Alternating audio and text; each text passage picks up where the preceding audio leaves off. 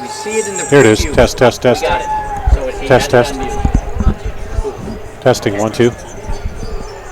You're in charge, Jeff. Thank you, sir. Test, test, test. Thanks. Bye. Okay, go.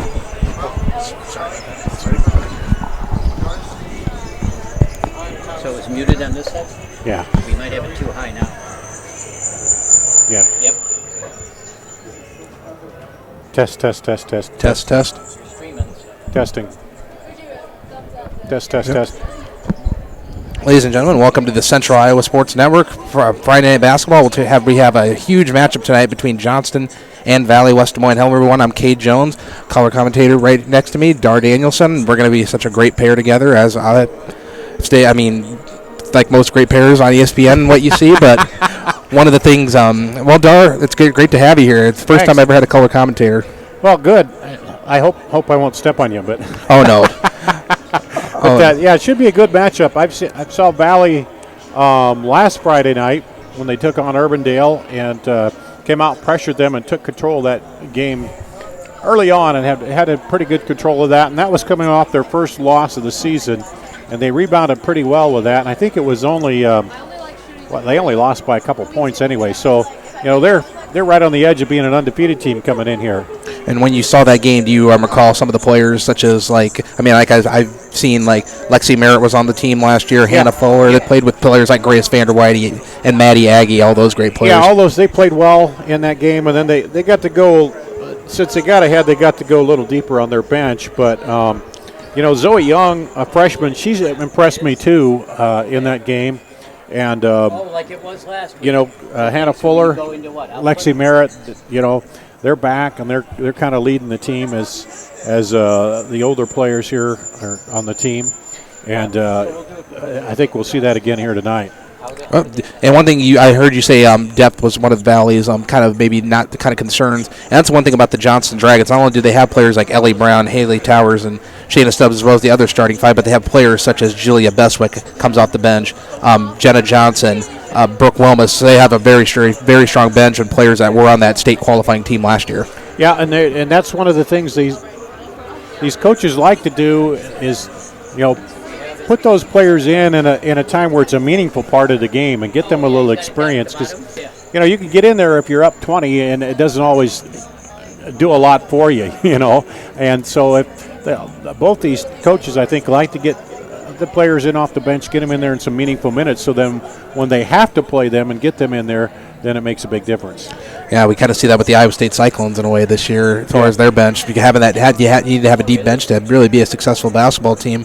What do you see as some of the keys to the game tonight? I see whichever team kind of controls the tempo here in this ball game. Are you going to want to play your way? Do you want to control the game? Are you going to run the game, run and gun? Or are you going to slow down and half-court offense? That'll be a key. Which team controls the tempo? Valley's got some size and some length, and getting on the boards will be key for Johnston. Trying to get some rebounds and getting on the boards too will be another key for them to try to hold Valley off the boards. Because from what I've seen of them in the one game, Valley is pretty strong on the offensive and defensive boards. Yeah, and definitely being the key also probably is with Taryn Knuth having rebounding.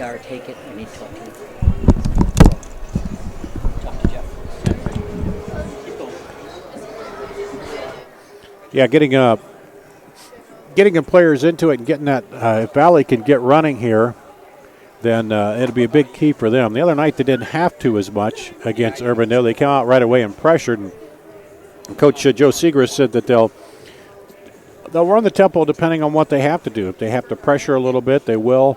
If not, then they'll drop back, and they'll look for the outside shot too when they get it.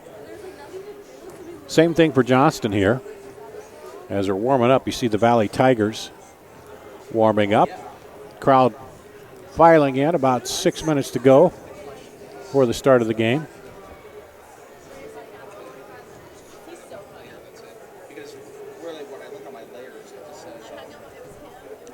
And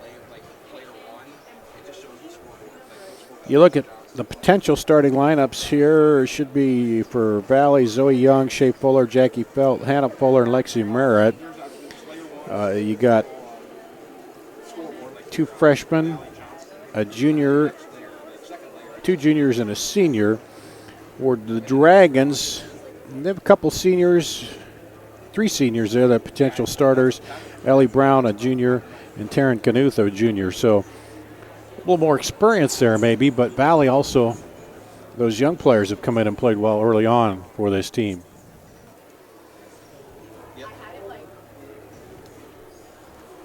Keep warming up, about 5 minutes to go here before the first ball game, and there'll be a boy-girl doubleheader tonight with the Valley taking on the Johnston boys in the second game tonight. And it should be a good matchup there with B.J. Windhorst and Bob Sandquist. A couple coaches going at it here on the boys' side of it as we get ready for action tonight with Valley and Johnston. Yeager's walking in. Oh, is he?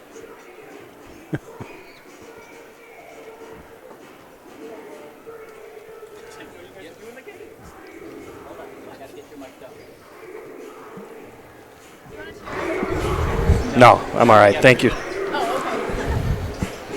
Are we on? Yep. What do you know, Paul? Hey, what's going on? I looked up and there you were. Yeah, just doing some basketball here tonight. Oh, is that what you're doing? Yeah. Huh, I just show up random places. Do you? Well, I just showed up here tonight and thought Cade needed somebody to sit in, so thought I'd help him out. There you go. No.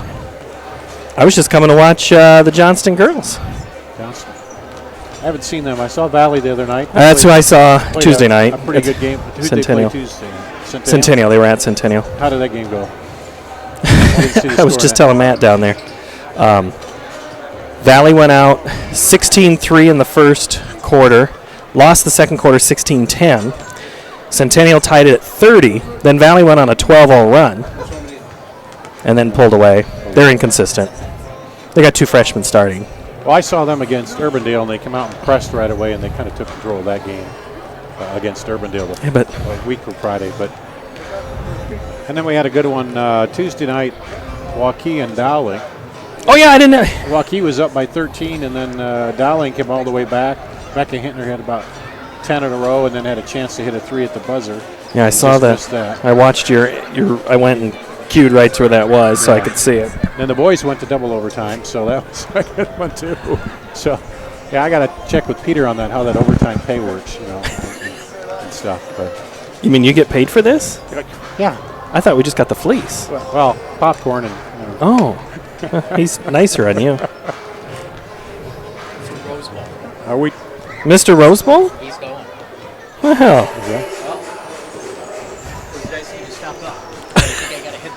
That's fine. I'm only gonna be here for the girls. Is that all right? Yeah, that's if fine. I give you a little. Well, you're doing a little scouting for down the road, right? Yeah. State tournament. Yeah. I wanted to see Johnston. Yeah. You guys work out who's talking to who. All right. Well, you can hand it back over to Cade if you want. Cade's involved too. Yeah. Well, I can give him the heads. Gee, he can do the boys' game. So I told you give Paul the headset, you aren't going to get it back. I didn't know what. I didn't even have to be on. There and I just said, come on. Oh, no, that's all right. I'll go stand somewhere else. Are we going on like when the clock goes 0 and then? Are we? Yeah, around 0. Oh, okay. Yeah. Because then they do their intros and you do the thing and. Yep. Then cool. We're ready to go, I guess. All right. Do you need me? I'm just chatting. I don't know. Do you need me to hand this off? He's doing the play-by-play, right? There you go. Yeah. I was just saying hello. Good to see you. Yes. This is Cade. Hi, Cade. Paul. Nice to meet you. How's it going? He's awesome. He does all this himself. It's about a minute, 17 seconds left to go until tip-off. Yep. Johnston still on the Valley, still doing their warm-ups and whatnot, doing a little shoot-around. Looks like both teams, as far as Johnston, are healthy. Is Valley a healthy state as far as their team? As far as I know, yeah. Everybody seems to be, last I heard, seems to be doing pretty good. So I didn't get a chance to talk to the coach tonight, but it seems like everybody is there, and we'll find that out as we get going here. It sounds great. I mean, like I said, it should be a great game. Both teams, I mean, coming off great seasons, especially Valley, in the past couple of years, and Johnston really last year with a big state qualifying appearance. So we're about ready for tip-off. I mean, it should be a great night of basketball, and this isn't our only, for those of you listening out on the web, this is not only our only game we're bringing you. We're going to have a boys game, the boys basketball between Johnston and Valley following this game.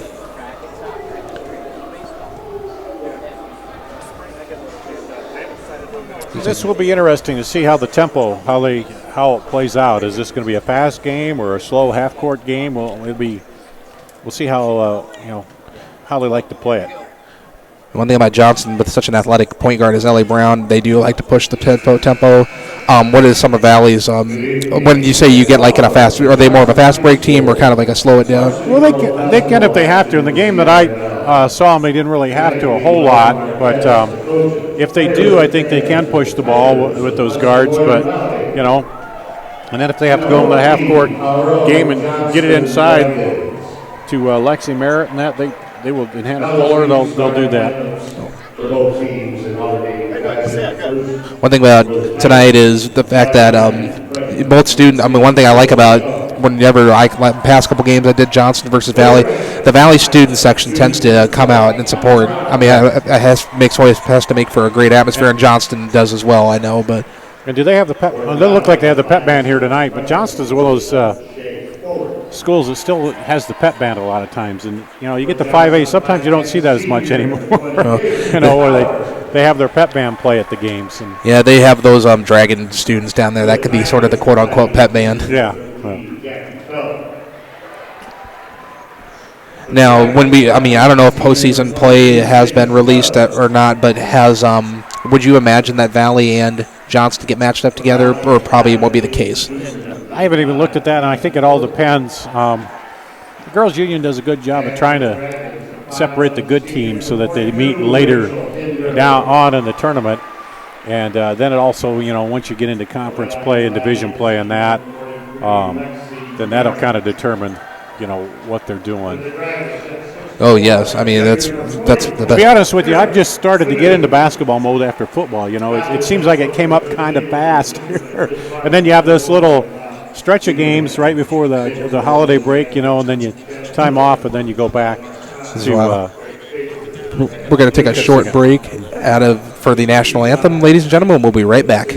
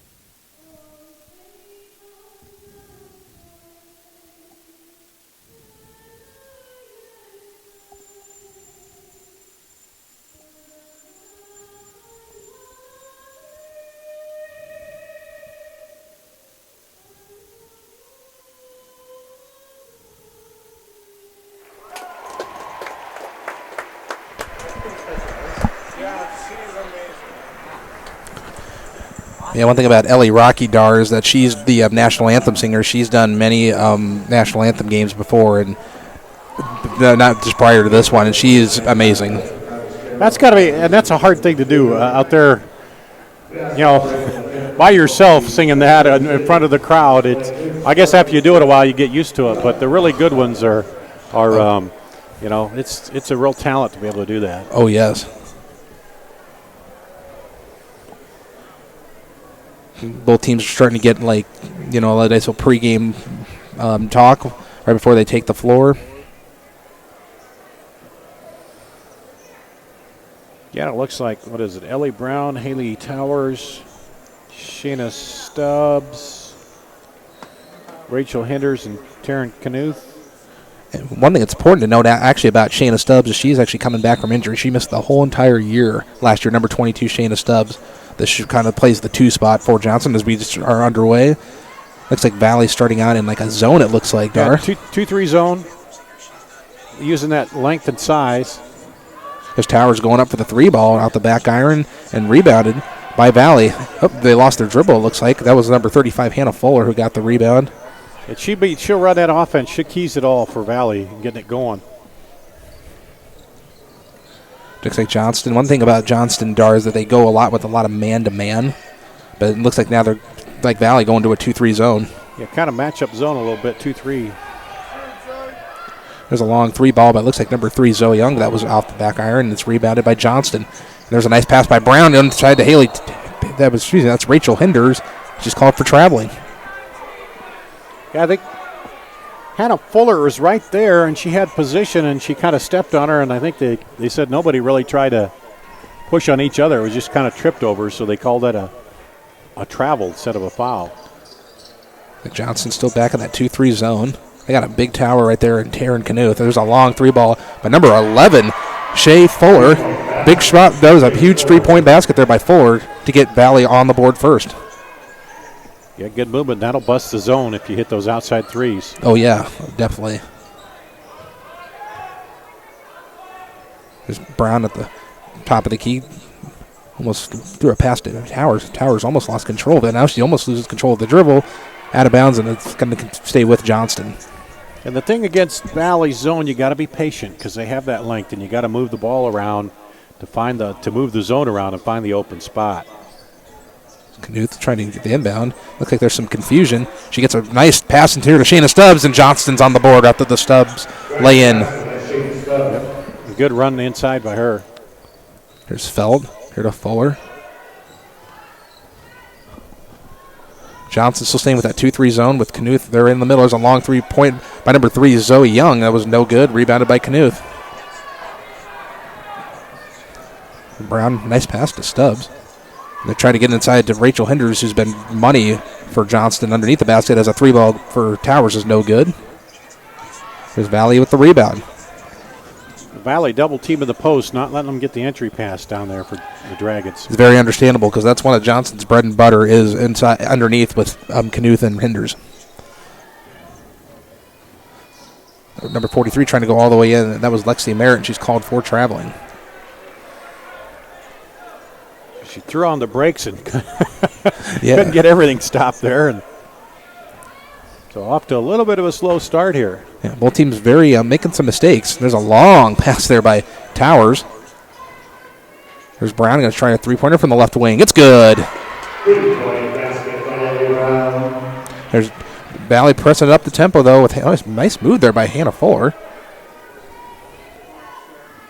There's Felt trying to go all the way in on Towers. She tried to put a shot up. Was no good. Rebounded by Knuth. Using all that 6'4 frame. Yeah, good position by her. Knuth went all the way in, and looks like the last touch was on Knuth. Yeah, it just came off her knee. I think I noticed that, but yeah, Valley playing very aggressive defense. I mean, really not letting Johnston right in the inside.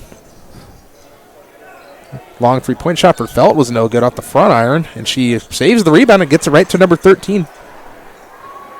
Yep, but a high bounce there, got a wave to Knuth.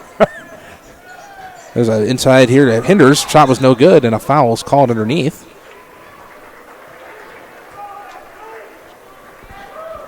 And that foul looked like it was on Zoe Young. 4:56 left in the first quarter. Johnston ahead 5-3. As Hinders is at the line.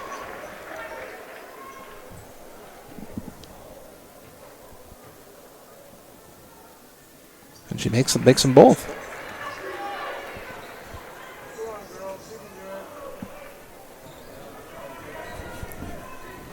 There's Fuller at the other end. Pass over here to the other Fuller.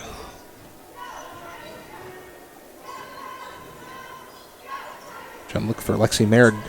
Once again, Johnson's still sticking with that 2-3 zone, Dar. There's a jump shot here for Zoe Young, was no good. Yep. Rebounded by Johnston. Valley was patient until they got a shot. And that's probably what Valley doesn't want to happen, is have Taryn Knuth just get a free run right into the inside. Yep, a quick transition bucket there. They build a six-point lead now. Trying to pass over top to Hannah Fuller, and looks like it was tipped off a Johnston player. Yeah, she made a nice backdoor cut, but the defender got back, got the hands up in the passing lane. Checking in for Valley, looks like number 1, Casey Carr. Pass the inside to Fuller, who gets it to Merritt for a long 3-point shot by Merritt, and it was good.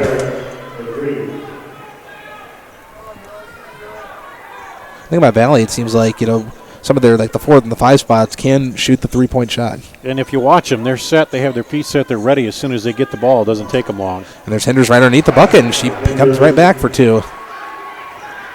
11-6. Nice post move. Get the ball, take it straight up. There's Fuller going all the way, and shot is blocked by Knuth. Kind of a short pass over here to Towers. She tries to get it right inside to Knuth using all that 6'4 frame. She puts it up, and a foul is called. And that's what they want to do with her. Get her inside and draw the fouls. Looks like Coach Seacrest wanted it possible, or some of the Valley fans wanted traveling. Did not come. Only got a foul. And Knuth at the line. She makes the first. And Jenna Johnson comes in for the Dragons, who saw valuable time last year as a freshman and played very good in that freshman year. Yeah. As Knuth makes them both 13-6. Johnston. That's what you like to see out of your post, too. When they do get fouled, you go to the line and you make the other team pay. Yes. They're going all the way in. The shot is blocked again by Knuth. Well, I talked about Valley size, but Knuth has the size on the other end, too, and she's using it. There's a long 3-point shot for Towers, was no good. And Johnson gets the rebound, tried to dish it back into Towers. Body's all over the place, and Haley Towers looks like she got a shot right to the face. But it looks like it will be possession with Valley. I think that was Jenna Johnson. And, yep. You like her hustle. She hustled and got the rebound. Then the second time, though, she got a little too aggressive. Number 31 comes in. That's Kelsey Hale for Valley. So 2 team fouls on Johnston and none on Valley so far. It's the way you kind of want to be. Just keep the fouls down. And there's a traveling call. Not really the ideal situation or thing to happen here, right here for Valley. With Zoe Young had the ball, was looking to make the pass, and forgot to stop the feet when she did. Sometimes the mind works a little bit too fast. Yep. There's Brown. Johnston, that's Paige Sieran, and also in the game for Johnston, seeing her first action of the night. They want that inside pass, it looks like. But just settling for a nice cut there by Shayna Stubbs, who dishes it back out to Johnson. Stretching that zone out and then looking to the middle cut. And now Brown shoots the 3, and it's good. And that'll help, too, if you pop the 3 from the outside. So 10-point lead now for Johnston. And a timeout is called by Coach Segrist with 2:28 left in the first. So some good shooting early on here by Johnston. They're taking advantage of their opportunities. And some good defensive plays on the other end by Johnston, too. And also, yeah, like you said earlier, it helps out with people like Taryn Knuth underneath, who doesn't allow anything on pretty much underneath. Especially when you look at some of Valley's heights, you got 5'8" and 5'8", and then you got Knuth, who's 6'4". Yeah, if you're going to drive in there, you better be sure that you can get around her. Otherwise, she's going to swat it away. 2:28 left in the first.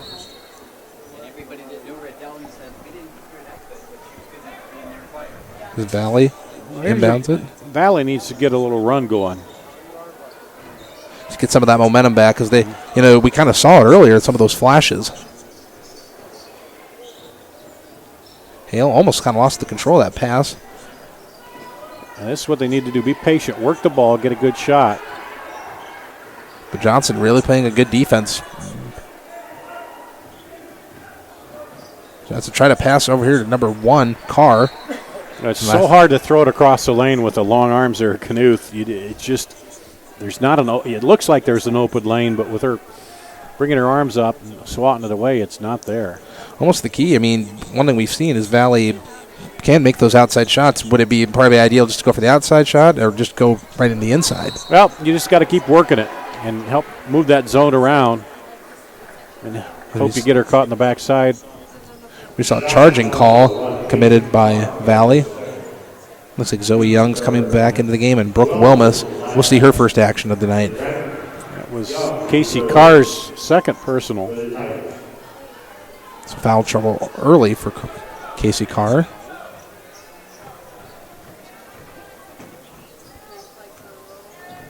And so, there's 3. Tries an inside pass into Knuth. She puts it up, and a blocking foul is called. And the Valley coach is kind of upset with the call. Yeah, I think they thought she had position, but I mean, really, Knuth really pretty much skied over all the Valley players just to get that. I mean, it was kind of not the best pass, but just right back into Knuth. She puts it up, and it's good. Knuth with 6 so far. Valley going right down the floor, though. Like you said, one shot would really get them kind of sort of back in the game, get that momentum back, and the shot was missed there on the 3-point shot. Try to bad decision there made by Johnston. Here comes Valley the other way with Fuller. She puts up a layup, and it's no good. But a blocking foul is called. Credit her. She got that steal, and then she forced the issue and forced the foul there, and Kelsey Hale picks up the foul. Or, excuse me, not Kelsey Hale. That was Brooke Wilmus. Brooke Wilmus. Yeah. Fuller missed that first of 2.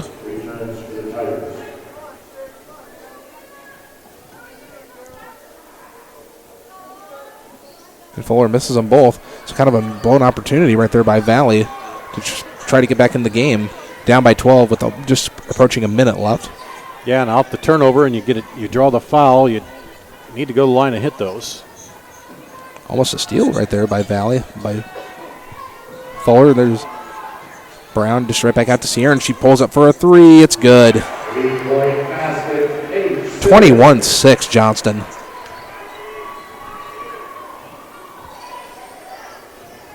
Well, Valley extended the defense a little bit, but then Johnston moved the ball around a lot. Fight for the rebound. Shot. Kelsey Hale put up the shot, and she gets the rebound tipped right to her. Long 3-point shot here by Felt was no good, and a rebounded by Wilmus. And we got a foul on the floor. Looks like on Shea Fuller.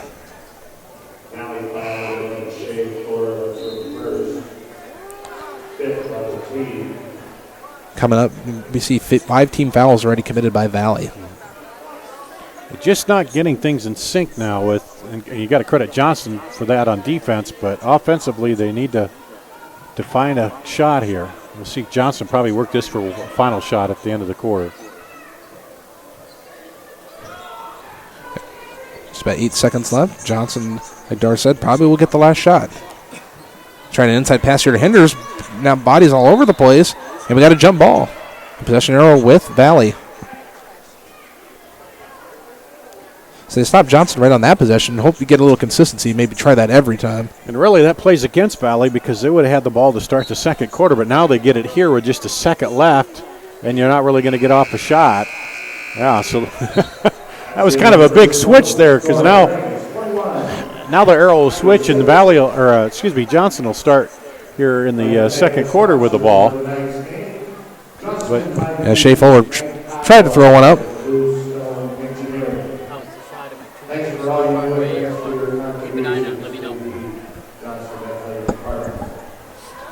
So Coach Seegers is going to try to, I think, work something out on offense here, move the ball, or I don't know if they can run a special play to kind of get Knuth caught off the ball. Obviously driving it in against her isn't working with her size, so you got to start hitting a few outside shots and maybe pull them out a little bit more. Exactly. And I also imagine if Coach Gielik is probably keep the pressure on Valley, stress, try to keep going to the inside. We've kind of proven ourselves from the outside, and just continue playing good defense. Make sure you're always getting the rebounds as well. Yeah, because one leads the other. You get the inside game going, and they start sagging on you. Then you pop it out there, and that outside shot is more open too. He's got to be pretty happy with the way they played here at the start. And the thing is, you got to keep up that intensity too on defense, and that's sometimes the toughest thing. Valley, they've been working the ball a lot, but they haven't.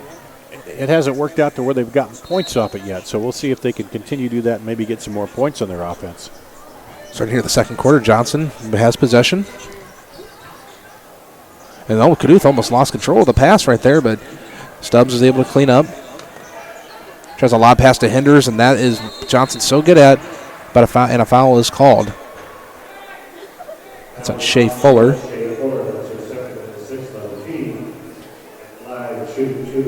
Yeah, they work that. Once you get behind the defense, then they got to play catch up, and they get the foul. Hinders made the first one.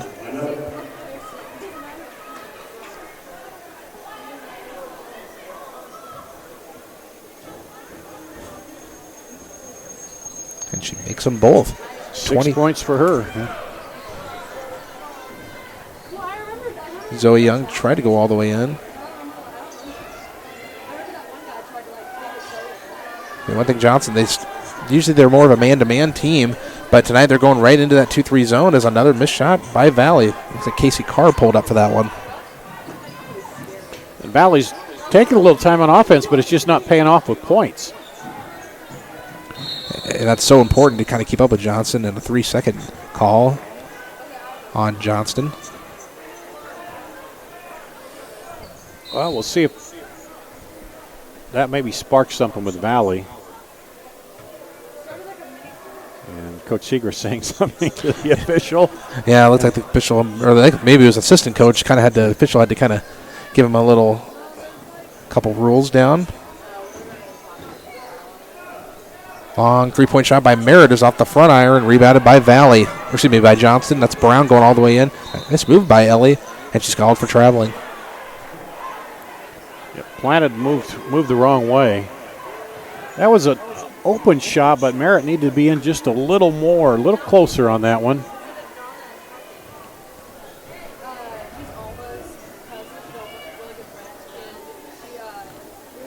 Valley moving the ball. There's Felt going all the way out, and a foul is called. Looks like on number 22, Shayna Stubbs.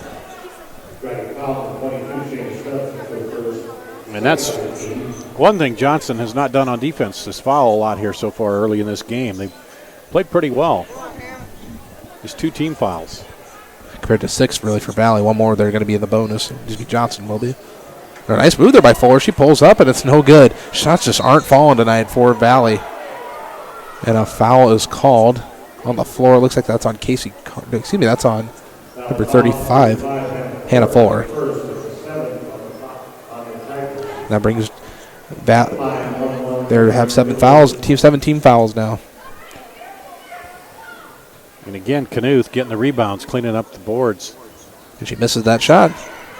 Kind of like the importance of you said, Valley was, kind of not really getting that momentum with all the fouls going to the free throw line with Knuth, but now that she missed one, that was like the perfect opportunity to get some of that momentum back, but couldn't do it back on that offensive possession.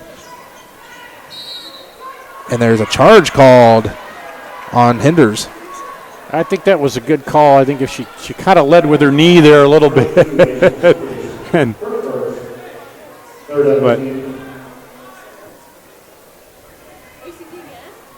just her first personal, and only the 3rd team foul here on Johnston in the first half. Nice move there by Jackie Feld. Tried to go all the way in with a finger roll, but it was no good. And again, the story of the night, they can't finish the shots. Getting a lot of possessions, and a foul is called. That was a late whistle. Very late. Sending once again, Taryn Knuth to the line. Yep. It kind of looked like she blocked it, but. Yeah, she did get ball, but Not to the opinion of the official. It's 8 team fouls. So Knuth trying to get the lid back off the bucket at the free throw line, and she does there. 24-6, Johnston. Valley just needs a bucket. Yep. They've had a lot of possessions. See if they can get one right here. As Carr pulls up for a 3, it's just no good. And we almost had a tie up there between Young and Hinders. Finds Hinders at the top of the key. Does Stubbs. The shot was no good. And it looks like last touch was on Shayna Stubbs, and it is. Just looks like Johnston is just a step quicker moving to that ball, going after that ball right now. Of course, they're leading. That makes a difference. And Valley a little frustrated, but Valley got to pick it up a little bit. Valley's had tons of possessions to get back in the game, but just like you said, shots aren't falling. I mean, they're running good offensive plays, and they're playing last couple possessions. They played some good defense. Credit to some Johnston missed shots, but it's time for Valley to start getting some of those shots.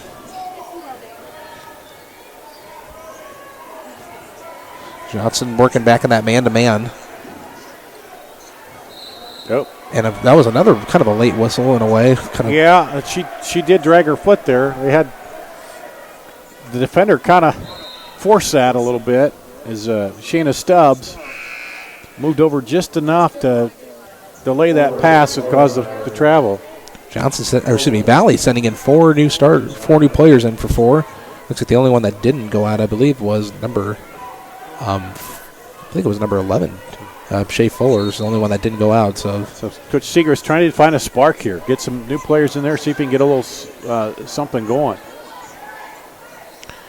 But right underneath the basket is Hinders. She tries to put it up. No good. Nice defense there by Valley. Hannah Fuller slowing it down. Sometimes it happens. You bring some players off the bench. They get a few shots going and get that momentum turned around. Yeah, especially Ann being fresh as well compared to some of these players for Johnston, like Knuth. I mean, she's pretty much played the entire game so far. And so we got a whistle. Draw the foul. And that's on Shayna Stubbs again. But that's Shayna's second personal foul. And here comes Julia Beswick into the game for her first minutes.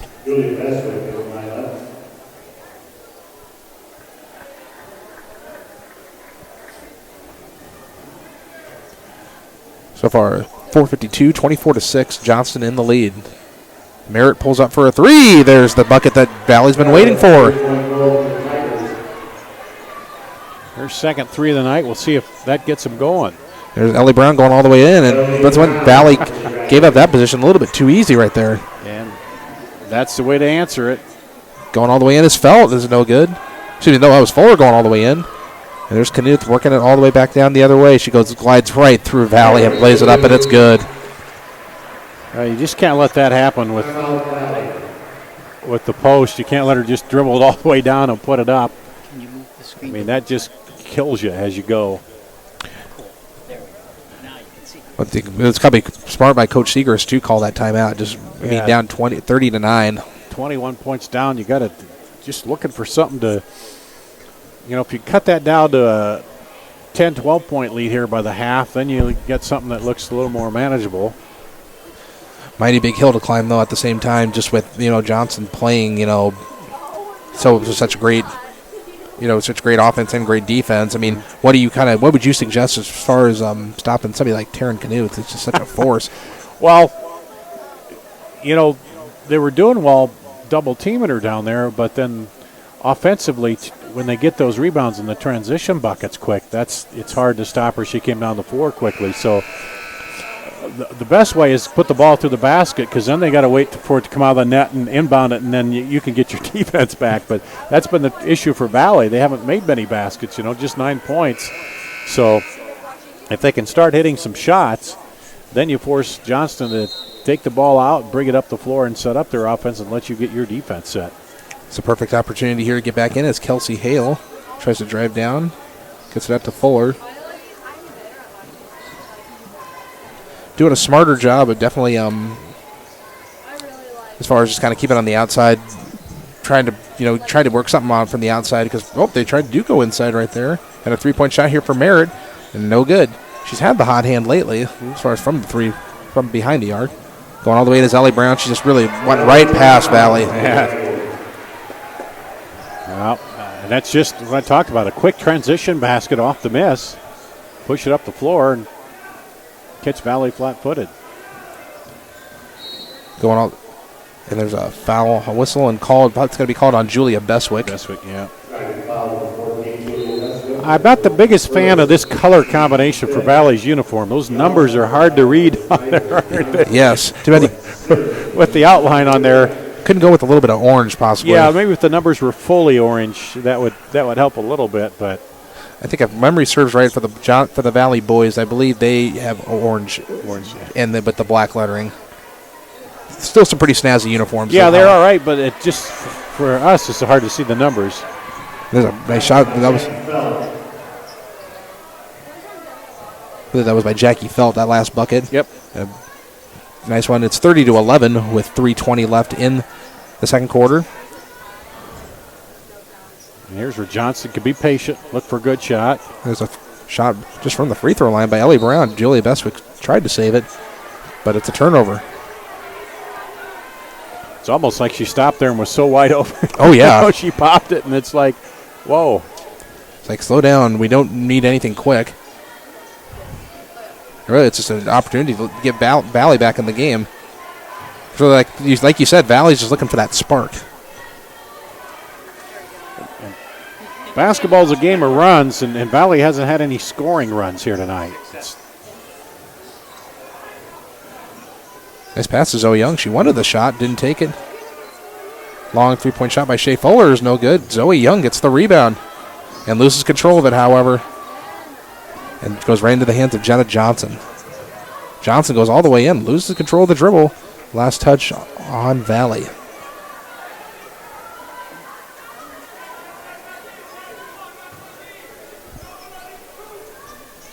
He's looking to rebound in, gets it to Johnson. She pulled up for a three, didn't take it. Goes all the way in, and a foul is called. Set. That was on Zoe. Fuller. Zoe Young, it looked like. Johnson going to the line to shoot the 1-and-1. Give her a little push there. Her second. And Johnson misses on the front end of the 1-1. She gets her own rebound, puts it back up, and she didn't get the 2 points at the free throw line. She gets them right back on a lay-in. That's kind of encapsulates what's been happening with Valley all night. They have two players there. They fall down, and she gets a rebound and puts it back up. And just another missed shot right there by Hannah Fuller. And then miss it on the other end, and Knuth gets a rebound. And there's Johnson going back the other way, and that is going to be a blocking foul and count the bucket as well. 34-11. I guess this kind of outcome so far has kind of defied our expectations. We thought about a close game. I didn't think, with this being Johnston's first test of the season so far, I did not expect 34-11 just approaching halftime. No, and just not indicative of the way Valley shoots the ball normally. There's a fight for the rebound in there between Fuller and Hinders, and a foul's called on Hinders.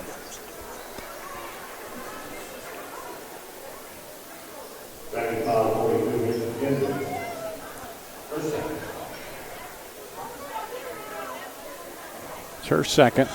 Shape. Just the team fifth. Johnson's already in the double bonus here with 10 fouls on Valley. Biggest thing for Valley, maybe just sort of kind of get a couple shots to get back in the game, but just don't make it so bad where there's a foul. Looks like there's some bodies on the floor. Call is on Valley. Well, we'll send him right back down to the free throw line at the other end. Yeah. That's on Felt. And it's our first personal. Yeah, Valley's trying to be patient, not just throw the ball up. That's sometimes you do when you're behind, but the patience hasn't paid off, and she hits the free throw. 1:47 left in the second as Hinders is at the line. Hinders with 7. Make that 8. 6 free throws. Kind of automatic from that free throw line. And there's Fuller. Puts up a short turnaround jumper, no good. Nice rebound there by Jackie Felt, and she gets it in for 2. And she felt the presence of Knuth, but was able to to bend back enough to get it up there.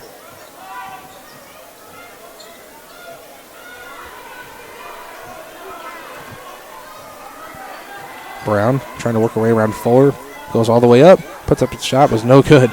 Rebounded by Valley. I said Knuth. I meant Hinders. Underneath. Shot. Their end was no good on the couple shots there by Valley. And Page, ball goes right into the hands of Paige Sierran. Pass by Bestwick. Johnston just working the ball around. He hits it to Brown. And shot was no good. Hinders gets the rebound as the ball went right into her hands. She puts it up for two. Well, just a poor block out on the backside on that. A nice pass by Zoe Young to Jackie Feld on the other end. And there's Valley coming back. 38-15.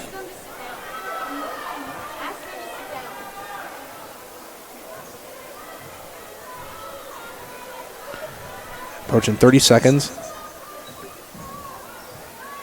Sierran trying to go all the way in. Nice try by Page, and the shot is blocked by Felt. And there's Lexi Merritt on the other end for the three ball. No good. Rebounded by Hinders. Long pass. Now's the best pass right there by Ellie Brown on the other end, especially with under 15 seconds left to go, Dar. Now, and here's now where Valley just needs to come down, work, maybe get a good look at the outside three and pop that. You know, that only cuts it to 20, but maybe it gives you a little momentum heading into halftime here, you know. Yes. Work the offense, get a good shot, and if you get it down, then you got to go in and talk about a lot of stuff at halftime. A lot of stuff. What would you say would be the number one priority? I don't know, working on that offense, getting the shots to fall. There's that open look that you were talking about for Kelsey Hale. She puts it up, and the shot is no good. She did get that open look. And that's the way we're going to go into the halftime. The score is Johnston leading Valley 38-15 as we go into the halftime break. One thing we just seen is, it's just been kind of, Valley's given themselves the opportunity, just not kind of coming through with those opportunities. Yeah, they've worked their offense, and Knuth's been a big factor. She's not giving them many second chance shots, and I got to imagine their shooting percentage hasn't been real high either. They haven't, and then when you're not getting the rebounds, that hurts you, and then you come the other way. And Johnston just has worked the inside-outside game very well here tonight, either getting it into the post and kicking it back out and getting the three, or, they're working it pretty well and making that Valley defense work pretty hard. Very, very hard. We'll take a little 2-minute timeout. We'll be right back more here at the Central Iowa Sports Network to bring you the second half of this girls basketball game between the Johnston Dragons and the Valley West Des Moines Tigers.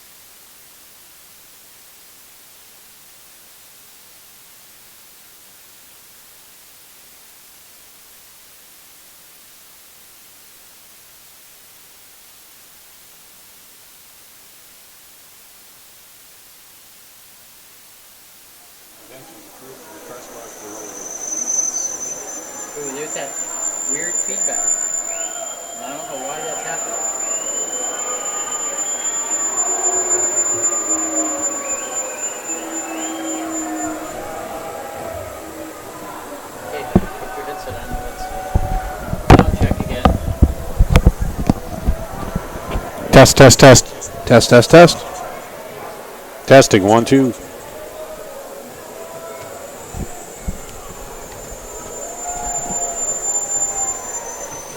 There's a little bit of. Turn the main down a little bit. Wave and feedback. Test, test, test. Don't hear you, it's feedback. Test, test, test. Test, test, test, test. Yeah, it's really hot over. Let me test, test, test, test, test. Testing. Test, test, test, test. Okay, Test, test. bring it down. Test, test, test. A lot of feedback. Test, test, test, test, test, test. Test, test, test, test. Nope. Test, test, test. Test, test, test. Test, test. Better? Well, back here between Johnston and Valley, we come right back from the halftime break. About a minute 30 left until we start up the second half between Johnston and Valley.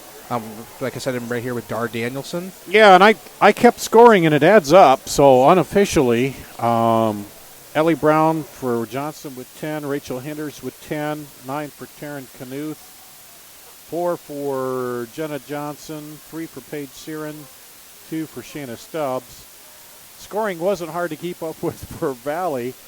6 for Lexi Merritt, 6 for Jackie Felt, and 3 for Shay Fuller. I imagine Coach Segrist told them they're working that offense. They were getting some. Got to just get those to drop, and then if you're not shooting it, you got to crash the boards. I know Knuth is in there and she's a force, but you got to get some rebounds because I don't think they got many offensive rebounds when Knuth was back there. And she's cleaning the boards off. Johnston, keep playing hard and doing what you're doing. Playing good defense, move that ball around on offense, make Valley work on defense. So Johnston, you probably also have to really know your weapons and whatnot, such as Taryn Knuth and all them, and just kind of get him the ball. Just make sure you're still trying to feed him as well as, like you said, with the outside shooters. Valley, you're just trying to find any such way to get right back in the game. And A lot of feedback, very low.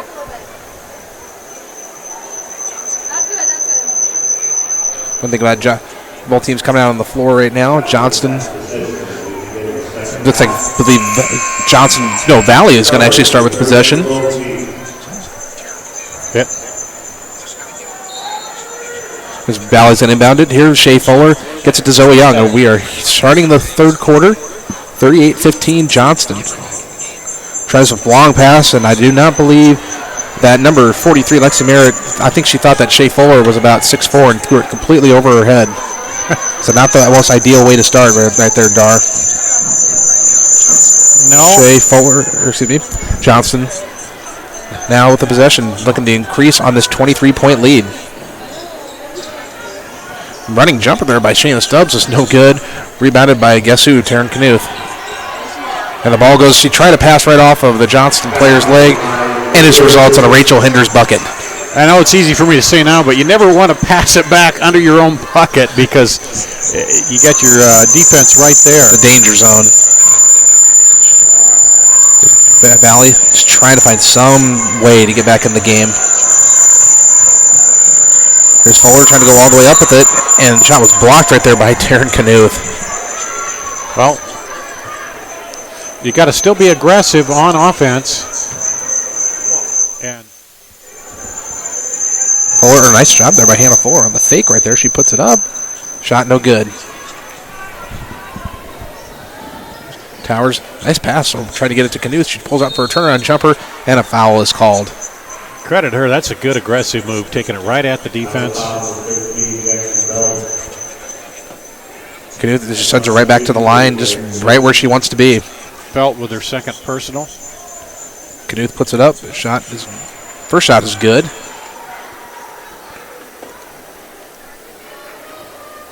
Yeah. Makes them both. 42-15.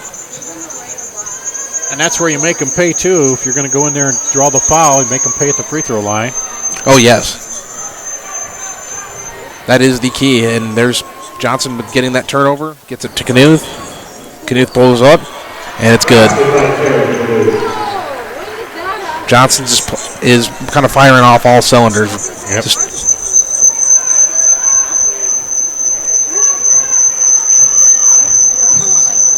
Nice try to pass inside to Zoe Young on a bounce pass, and looks like a jump ball going to be called. Possession error with the Dragons.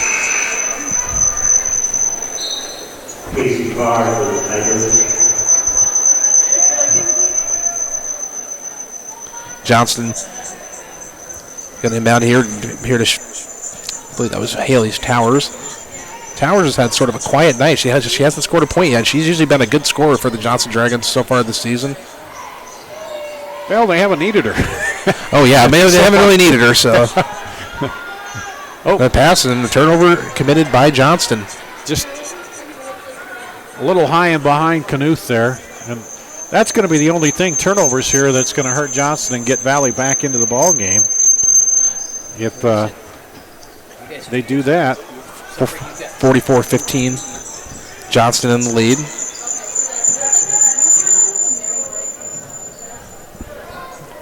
Putting up is Valley's number 13, Jackie Feldman. It was good. Good way for Johnston to get right back, Valley to get right back in this. Well, they got a little ways to go, but long ways to go. Their first bucket here, 2.5 minutes into the third. And as we really seen with Iowa State and Iowa that last basketball game, I think any lead's worth coming back. But as Ellie Brown comes right back with a shot. Well, I saw that the other night with Waukee. They were cruising along, 13-point lead, and one of the things, they kind of slowed it down a little bit, and then Dowling got back into it. There's a good rebound. And Merritt puts it up. No good. Nobody on the other side, though, to get the rebound. Long pass is intercepted by Casey Carr. She puts it up, and it's good. Now I got to imagine that Valley's going to probably turn up the pressure. Yep. Going to have to probably here. Especially down 46-19. Just trying to find some way to get back in this. Been outscored 8-4 though here to start the third. Now making 10-4. So off the Hinders bucket. Hinders with 14. Knuth with 13. Carr puts up a three. No good. Rebounded Johnston. 48-19. Tries a pass. Too fast right there by Stubbs. To Hinders. And two, I don't know if the pressure, when you got a Knuth, the big post at the back end of that too, it's a little harder sometimes to get that pressure because she can come up and take that ball and help break the press. So we'll see what Valley does if they can find something here. Imagine Valley's going to just trying to work to get back in this, trying to find some way. Carr, nice pass over here. Zoe Young, she's got a long chance for a three-point shot. No good. Well, that's just the story of the night right here for Valley. Open looks and just, and then a foul on the other end. No, the travel. Traveling, yes. But yeah, that's the whole, encapsulates it right there. Valley they work their offense and then, they just can't get the shot to go down. And like I say, maybe if they get on one of these runs, it would spark something, but nothing really seemed to work so far. Fuller trying to work her way around and try to pass inside, just to no avail though. Now, Knuth and Towers are right there to strip that one away. And right, kind of same story down at the other end. They just flip it up to Knuth and she does the rest. She's got 15, yep. Big game for Taryn Knuth. She's a valuable asset to that Dragon lineup and almost got the block shot right there, but a nice shot right there by Casey Carr. Well, nice move there by Ellie Brown. Almost lost control of the dribble, though, however. She does get it back.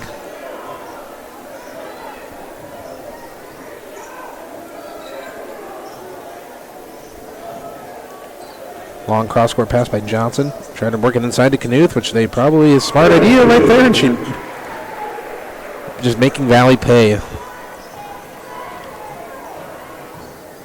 All the way in is Zoe Young. Shot was no good. Rebounded by Johnston. Yeah, it's just one of those things, and then even there, a loose ball, loose ball, yeah. And they end up getting a foul on it as she was trying to make a good play and came up short. So Valley got to bring in a Newcastle, or sort of a Newcastle, all but one. Looks like seeing this Mackenzie Ward coming onto the floor. We got her first minutes of the game.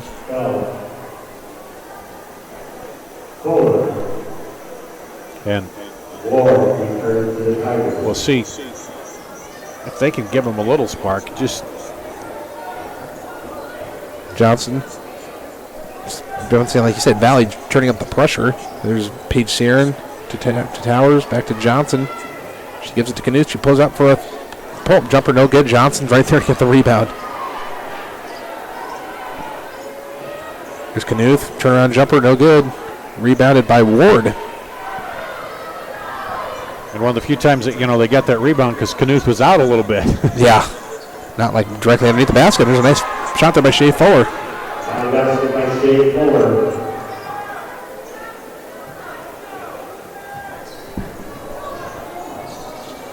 Nice moves there by Ellie Brown. Brown going all the way in on a running jumper. Oh, she took one fell right to the floor, and she's getting right back up. She did make the shot. Yeah, and the defenders kind of stood straight up, so the officials didn't call anything.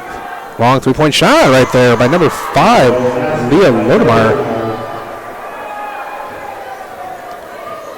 54-26. Still a 28-point lead, though. I'm approaching about a minute and a half to go in this third quarter. And a bad pass, or it looks like Paige Sharon just didn't come up with it. Knuth will get a rest, as will Ellie Brown. And I think this is probably, if it keeps up this way, one of those that Valley's just going to say, okay, it wasn't our night. There's a foul hard to the floor by Shea Fuller. It looks like it's going to be called on Haley Towers. Yep.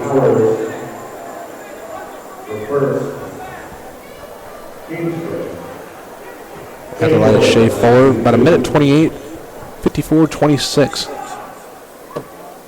First shot is good.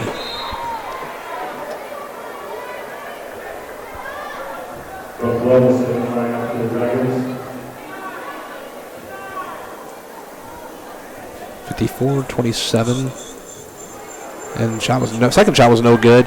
Going the other way is Johnston with Jenna Johnson. Say that again 3 times, will you? I can't Johnston with Jenna Johnson.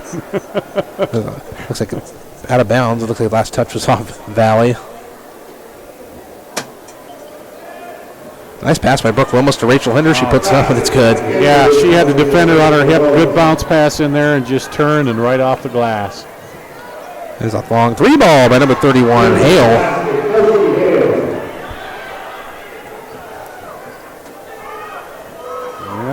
Bestwick just working right around Hale. It looks like Bestwick almost lost control of that dribble. Tries to go inside to Hinders, and last touch off Johnston. Well, the few times they haven't gotten that entry pass in there to Hinders or Knuth, they've been pretty good at that inside, and you got to credit Knuth and Hinders getting their position against the defense. Lodermeyer. Top of the key is Hale.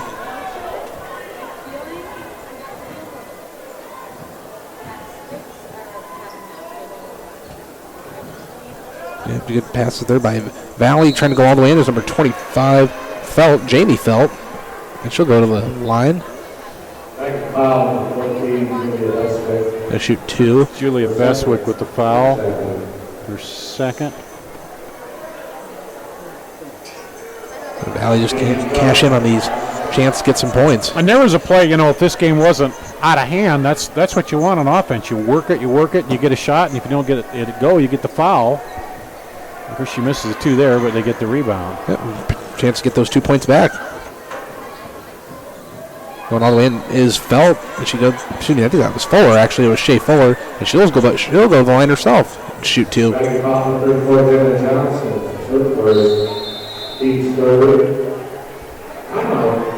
a timeout on the floor. Well, you look at it, Valley, I have them unofficially 1 free throw made in this game. We have a couple coming here, but, and that's part of 2. They've been shooting a lot of outside shots. Early on they were taking good shots and not making them, and then, now when you get behind, you tend to try to shoot the outside, get the threes to get back into it, and they haven't been able to. And then the last couple of times they've attacked the basket and got fouled, but haven't been able to go to the line and make the free throws. So, just a lot of woes on offense tonight for Valley. These free throws are so critical in a game of basketball. And here's Valley shooting a couple right here. And story of the night so far. It's one of the stories of the night, that is.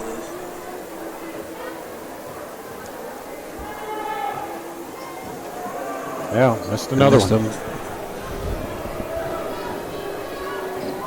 Johnston with a chance to increase the lead.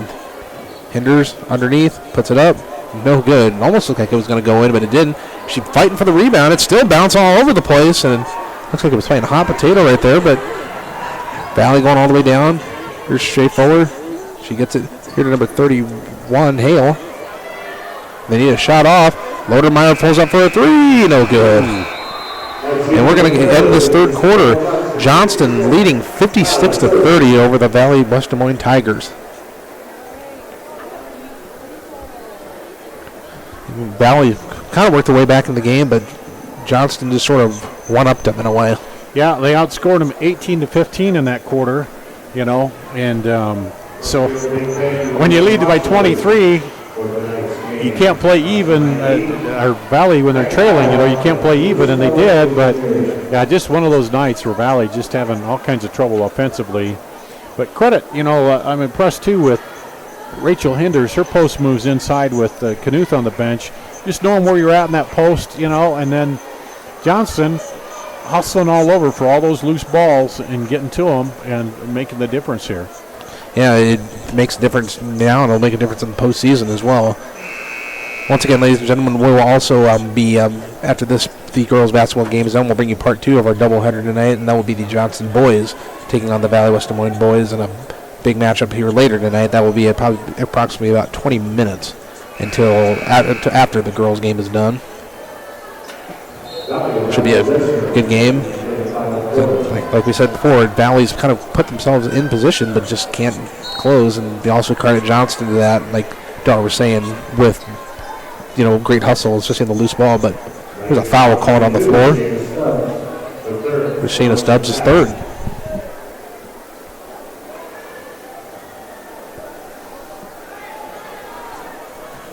Fuller's looking for a man open. She does get it to Merritt.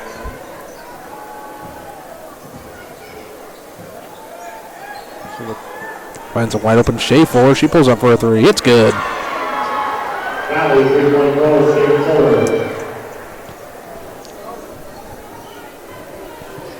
Come back with the starters here and see if they can do something to start this fourth quarter.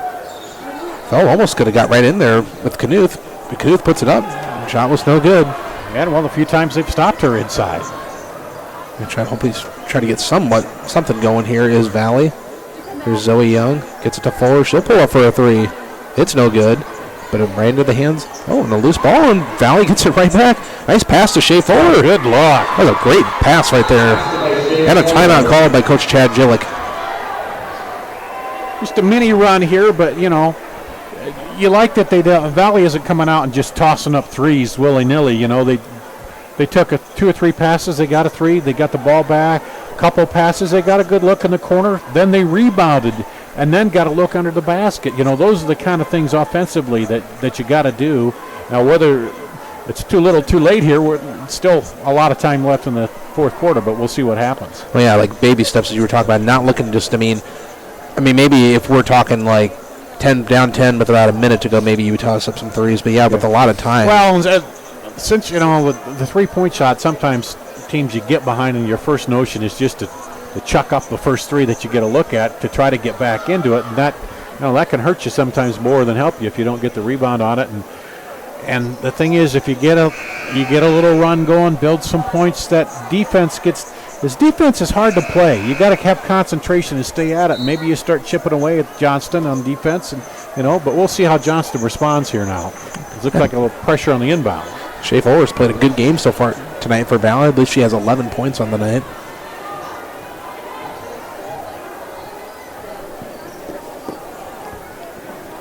Johnston. Oh, poked away by Shea Fuller, and she has a steal. She pulls up for a three. She's got it. She scored the last 8 points. 56-38. So Long pass and not the best idea by Taryn Knuth. And a turnover committed by the Dragons. So an 8-0 run, as you said, here by Valley to start the fourth quarter. You know, cut it down to 18, but still, you know, and now they got the ball back. So let's see what happens. All scored by Shea Fuller. She's played a nice game so far with 14. And again, they'll be patient and work the ball. Some smart ideas. Fuller's going all the way in. Shot was no good. Knuth gets the rebound, and here she comes the other way. Now here's where they got to stop the ball. And the ball's on the ground. What's going to happen? Possession error with the jump ball with Johnston. Let's see, they get Johnston keeps the ball, but they identify the ball and stop the ball. They just didn't let him get the transition bucket, so that's key on defense. Let's see what they run if they run a play to Knuth here. Yep, that they do. Get her to the outside, and a foul looks like it's going to be called on Fuller underneath.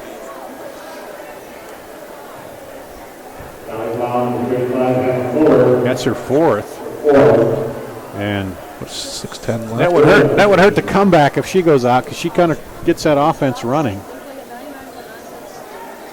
I can recall her last year making some really good plays against Johnston. Johnston yet to score here in the fourth quarter. Let's see what they're being patient now looks too on offense. Stubbs, it's to Johnson. One nice pass to Hinders. She puts it up, and it's good. Yep. That's a winning team. How you do it? You know, take your time. Your Valley, I would not believe that you shy away from anything by any means. No, and they look to have a little more pep in their step on defense too after scoring some points. Nice pass to Felt. She puts it up on Knuth. Its body's all over the place, and looks like no jump ball, no foul, and Johnson has it. She maybe should have came back outside. Ooh, that's going to be the fifth. Going to be the fifth foul, and Fuller was confused with that call as well, and that will be number 5 on Hannah Fuller, number 35. She did a good job coming around, but she must have hooked her from the back as she came around there. Frustrating night for her. She fouls out with no points on the evening. So one of those nights just for Valley. Mackenzie Ward comes in for Fuller. Johnson has looking for a 3. She puts up. No good. Got it down to 20. Going all the way in. Shea Fuller. Just tried to pass, and it was out of bounds. Last touch, though, off the Dragons. You know, you get a 3 here. 3 here. You know, you got it to 17. Get a turn. 5 minutes to play. A lot of time yet. Let's see what happens. Going all the way in is number 3, Young, and missed the shot. Knuth cleans up the boards again. And Hinders down at the other end. She puts it up in a 60-38 game. Hinders with 20. And that's been the big difference, too, here, the transition for Johnson. Those rebounds are getting them out quickly. The nice thing about having that tall post, they looked up the floor and get it up there. There's a shot up, but a foul looks like on the floor. Looks like that's on Mackenzie Ward. Excuse me, I believe that's on Johnston, actually, as a matter of fact. That's on Shayna Stubbs. Her fourth.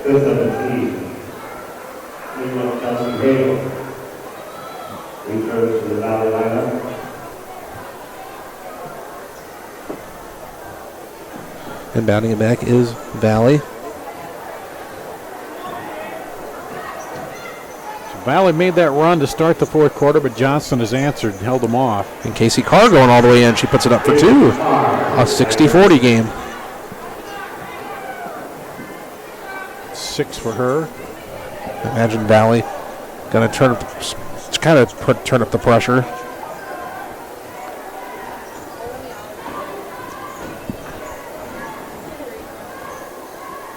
Valley Johnson, like you said, being patient.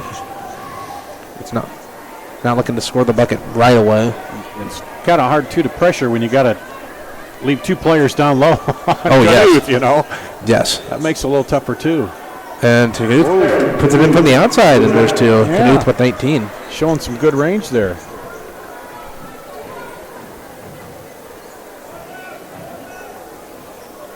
Kind of like almost lost the pass. Did Shea Fuller out the pass from Carr. Going all the way in. A nice move there by Fuller, but she missed on the finger roll. Nice little hesitation, but couldn't get it to fall. There's a jump ball. Possession arrow with the Tigers.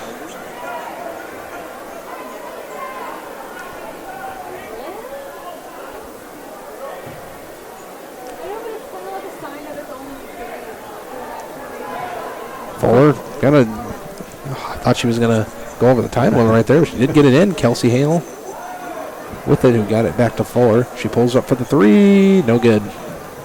But a rebound committed by Felt. Kept her balance as well. That was very nice there by Jackie Felt. Going all the way up is Carr. She's fouled by Knuth. And that's just the first personal on Knuth tonight. Or is it? No, second. Or did they give that? No. Actually, that's Knuth's. That should be her first, I believe. But I think they give it to Johnson. Oh. Yeah, they put 34 up, so they gave it to Jenna Johnson. They didn't give it to Knuth, I don't think.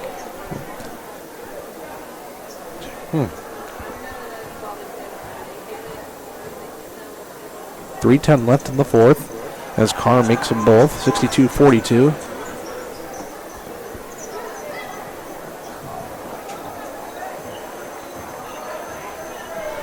Pressing up the floor is Johnston.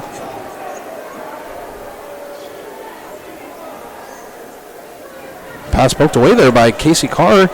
And here they come back the other way. That was nice post defense by her. Shea Fuller for the three, no good. Kind of got the open look.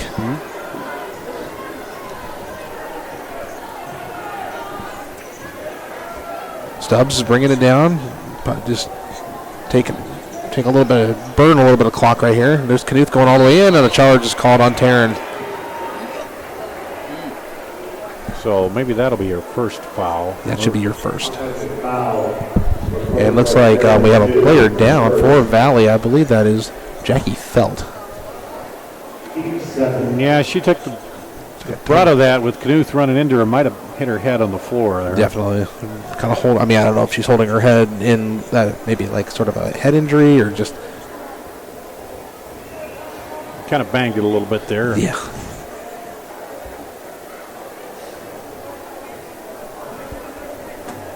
Well, Valley started, trailed 38-15, started with they trailed 56-30. It started with an 8-0 run in the fourth quarter, but then Johnston responded and came right back and just put this, has kept it right around 20 points here. But like you said, just sort of that's kind of a sign, just the kind of team that Johnston is. They're just they're well disciplined. They play good basketball, and and I think Coach Segrist will be happy with the energy and the effort he saw in that fourth quarter out of his team, because it seemed like they started to lag a little bit there, because it seemed like everything Johnson was doing was going right and everything that they were doing wasn't.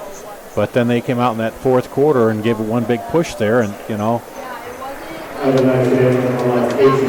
that was Casey Carr. That was Casey Carr. Looks like they're going to take her to the locker room. Always hate to see when a player goes down, especially anytime it's a head, anything with the head, especially. Well, that's tough because you go down and you can't, put your hands back at all. And the player came in there, got called on the charge, but hopefully she'll be okay, and we'll get 2:34 left in the fourth. Johnston ahead 62-42.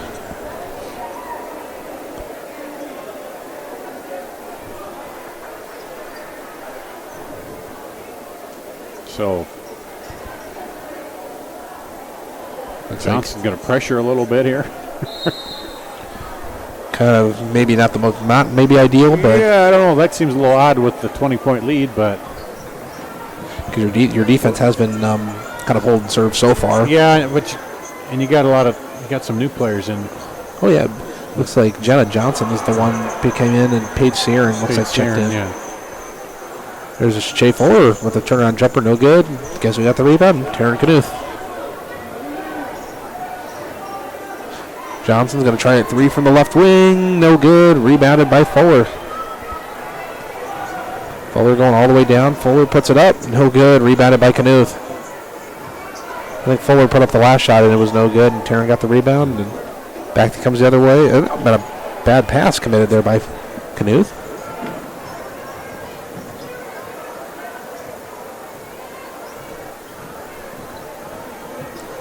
Is Lexi Merritt going all the way in? She gets the 2-point bucket, does Lexi Merritt. Just her, well, she, 2 threes the first 2 of the night for her. So it's good when you can put up the nice 3-point shot. With a minute 27 left, Johnston in control, 62-44. Brooke Willis checks into the game, as well as number 32, Maddie Hearn.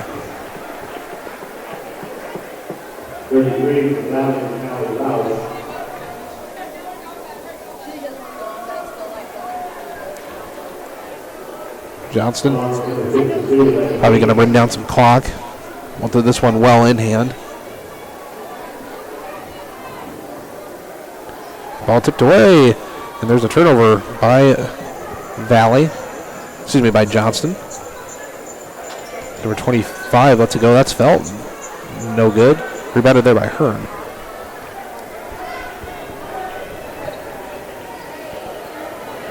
Bestwick for the 3, no good. I think Coach Chad Gillick said that's not probably the ideal shot we want to take, especially when times we're kind of running down. Yeah, but it's a hard one to pass up late in the game when you got the lead and you're thinking, yeah, hey, I want to try to pop a 3. Get some stats in. Yeah, what the heck. Gets it inside to Maddie Hearn.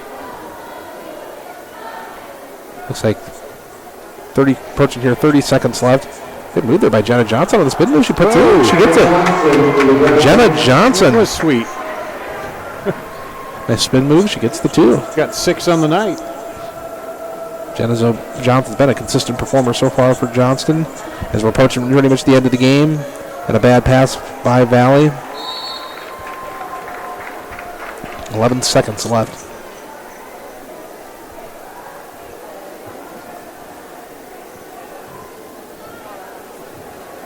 It looks like Wilmus is just going to dribble the ball out and end the game. And the Johnston Dragons will get an impressive 64-44 victory here tonight over the West Des Moines Valley Tigers. Johnston, their post players came up big today, and Valley, you could take a lot away from this game for Valley. Yeah, well, there's a lot they want to throw away from it too. Some of the play and the missed shots, and Johnston, just an overall well-rounded game offensively, defensively, just exactly what they wanted to have here and protecting their home court here tonight. So, and Valley, you'd think shooting percentage a little higher, it'd have been a tighter game, early on, but some things to work on yet this for them. And I can't imagine. I imagine we'll see these teams probably meet again before the season's done. Yep. And a lot of season left here, so who knows? They could end up, both of them on the state tournament run again too. Well, ladies and gentlemen, we'll be back in about 15 minutes. We'll bring you the part 2 of our doubleheader action tonight. Johnston against Valley in the boys basketball game. We'll be back in about 15 to 20 minutes give you the pregame of that game, and we'll be back. Thank you for tuning in to the part 1 on the Central Iowa Sports Network.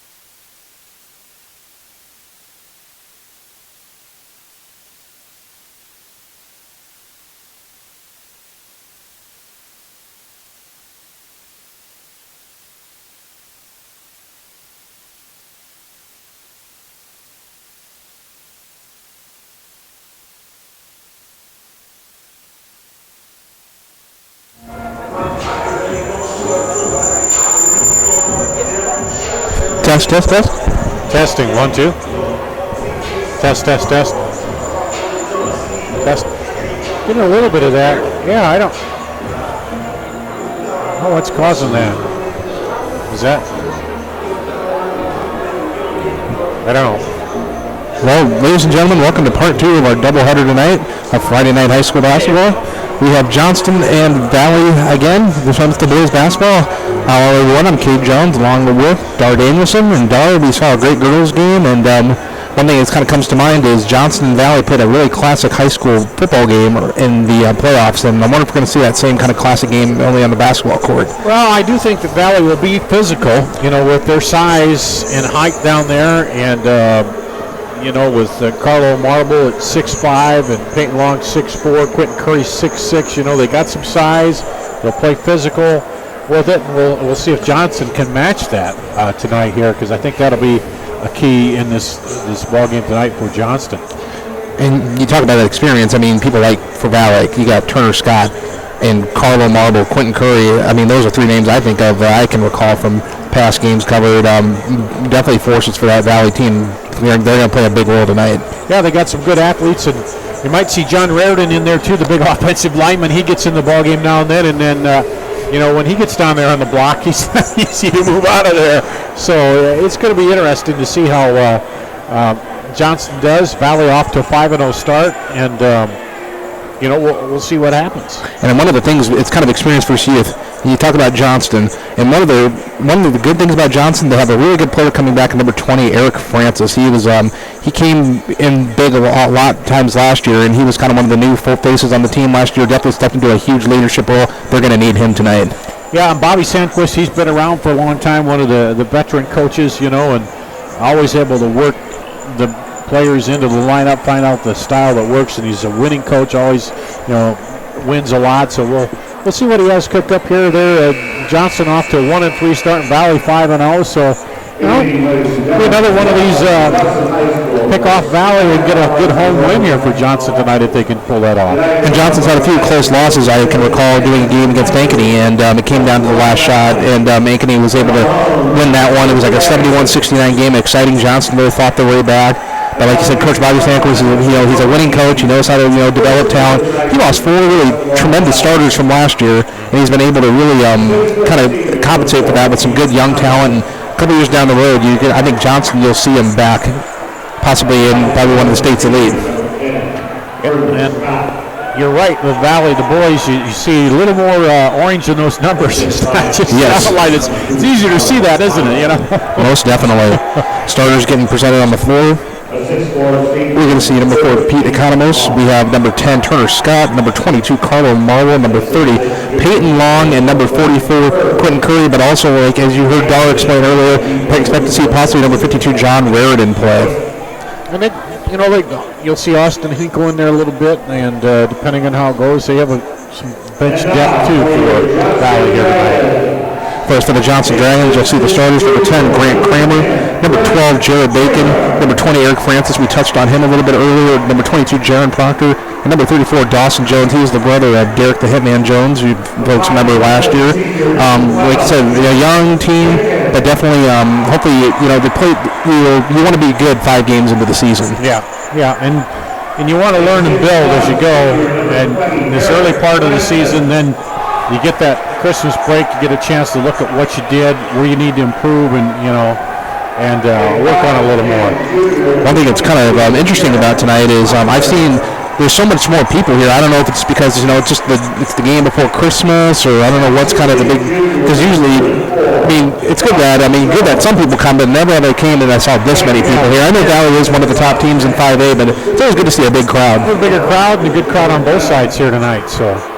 Yeah, it might be, just before, hard to believe we're heading toward Christmas already. Oh, yes. Yeah. Happy holidays to all of you that are listening, and we're going to take a short little time out as we are going to listen to Ellie Rocky playing the singing of our national anthem.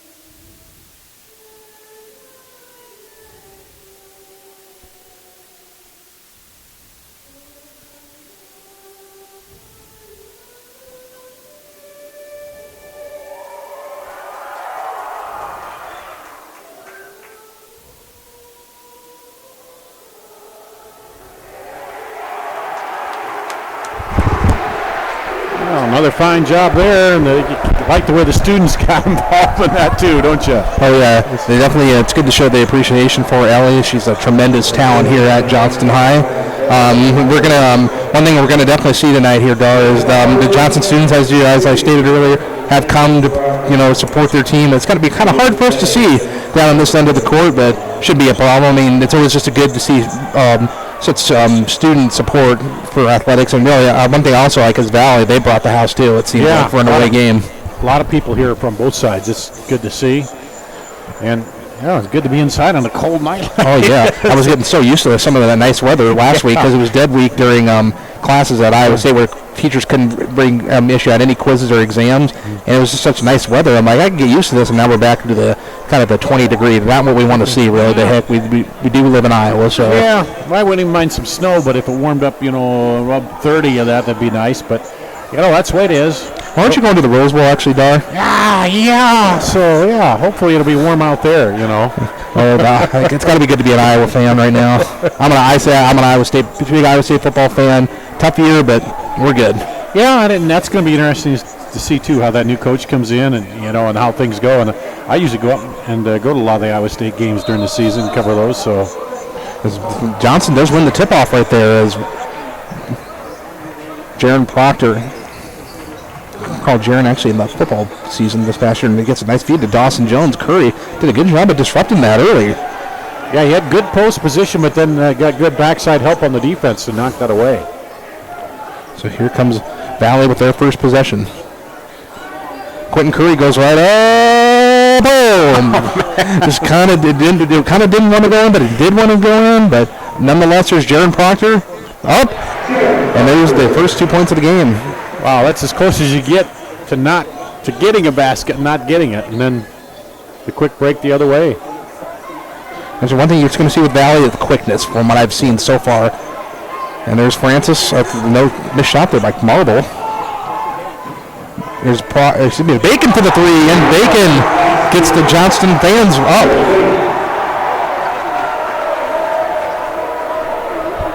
Down below it looks like Marble. There's Turner Scott at the top of the key.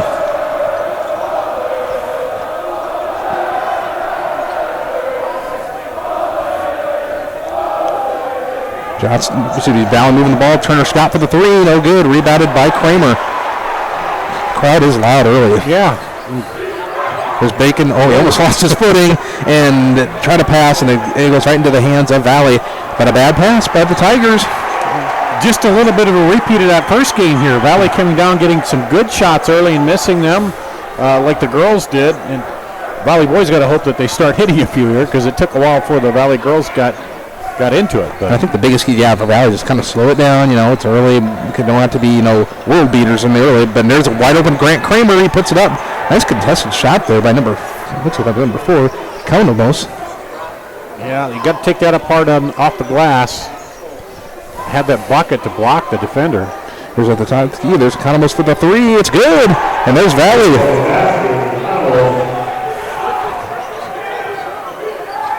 It took them a couple minutes, but they get on the board. 5-3. Dawson Jones with the fake. I think one thing Coach Stanquist seems like he's kind of been stressing, Dawson Jones get a little more physical underneath. I think, he was kind of stressing, Dawson Jones against the game against Aiken. He kind of gave up some inside position a lot in those games. So he's just kind of hoping for a little more out of Jones. But then again, it'd be they don't really have the height, so as Valley does. That's the biggest thing. Like Quentin Curry, he's a tower underneath. As a 3-point shot was missed there by Jones. Good rebound by Marble. There's Marble going all the way in. A running jumper, it's good. Tremendous athleticism. Yeah, the way he got in the lane and he saw, just kind of rainbowed it in there and tied the game. Good Bacon for the long three. One thing about Bacon, he likes to shoot the three ball. And there's just a little off target there. The Valley fans letting him know. Kenton Toms checks in for Kramer. A little pressure looks like by Johnston. Curry, a nice little pass fake there by Curry, but it looks like Long got the rebound. Thought the Economist was going to pull up for a three there. A turnaround jumper there by Long. It was no good. Rebounded Johnston. Fast-paced game. Dawson Jones with the rebound. Yep. There's going to be Bacon on the long fadeaway. No good. Good defense by Economist. Going all the way out. Nice. What a nice little athletic play there by Long. Shot up. No good, but a foul is committed. Turner Scott forces the issue and draws the foul. Carl Turner Scott just pretty much raining down threes in a game last year against Johnston. It was pretty incredible. Scott gets the first one.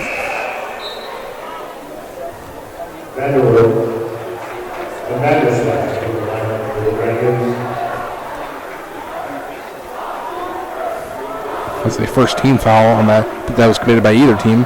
Vanderswag checks into the game as well. Misses on the back end of the 1-and-1. Oh, fight for the rebound. Who's going to get this? Possession arrow with Valley. We call a jump. Yep. Called a jump, and Curry looked like he had it, and he fought with a couple of... Kenton Toms was right in there battling for it, too, for Johnston.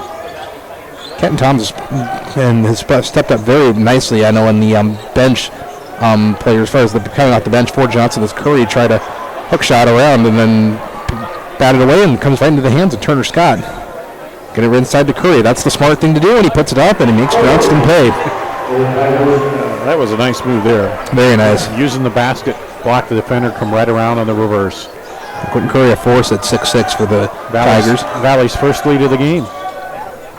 8-5.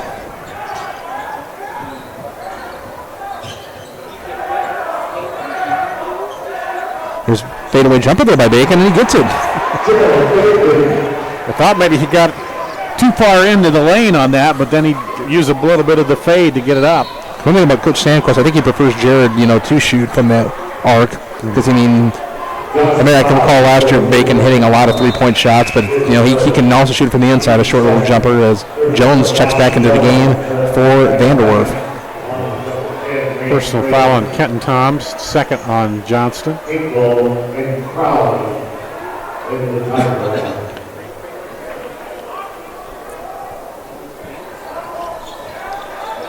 Curry, if you gets it cleanly, almost lost control of his pass right there, but he does get it back.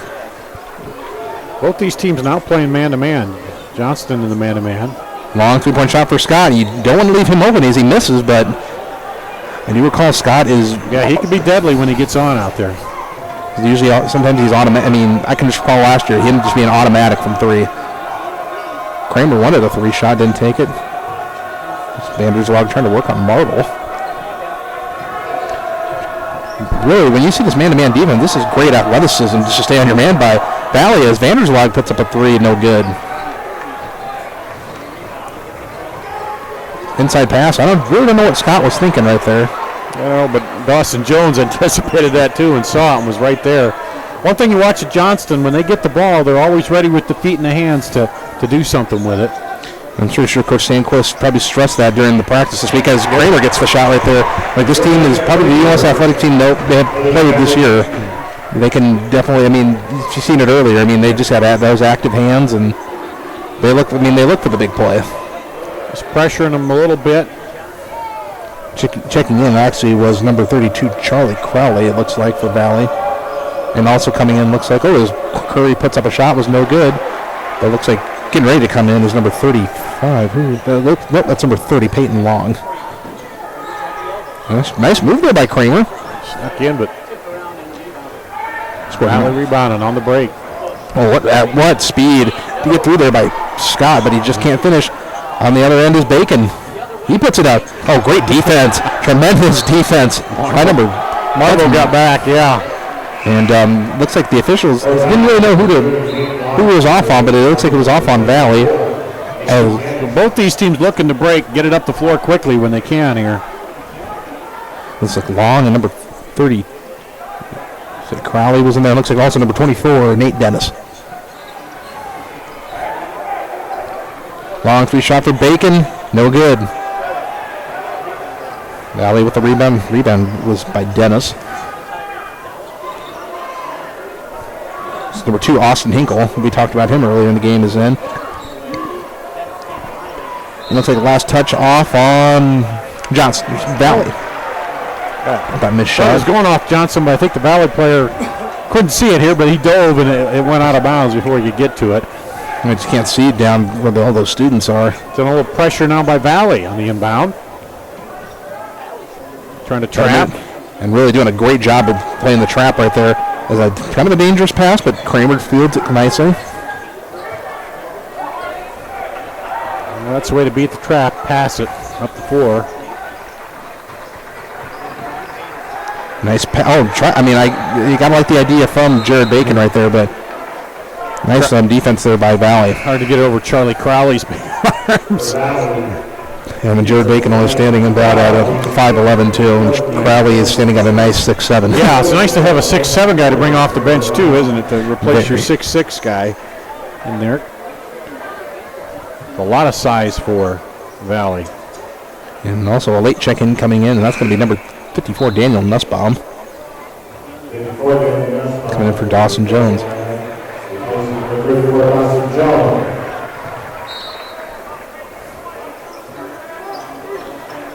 Bacon trying to look for a man. He's just going to lob it up and kind of the danger of lobbing it up. And there's number 14 at the other end. Puts it up. Bucket and a foul.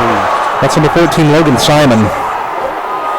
Well, that clock was going off in his head on the 5-second countdown here, and he thought, man, I got to get it in before they blow the whistle. And he just kind of threw it in there, and credit Valley for picking it off and quickly going the other way. And just such speed going down on the other end. As Simon gets the extra. It's the old-fashioned three-point play. Valley putting unbelievable pressure so far on Johnston. Kramer wanted the three, didn't take it. Nice pass to Vanderswag, and looks like he's going to be called for a travel. And Proctor checks back in for Nussbaum. It's just to see a lot of the boys' teams in this league is it's good, tight man-to-man defense, you know.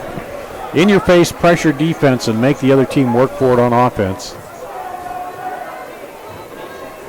Yeah, Valley was, their man-to-man is just very, very suffocating so far. Not letting Johnston getting a lot of open shots.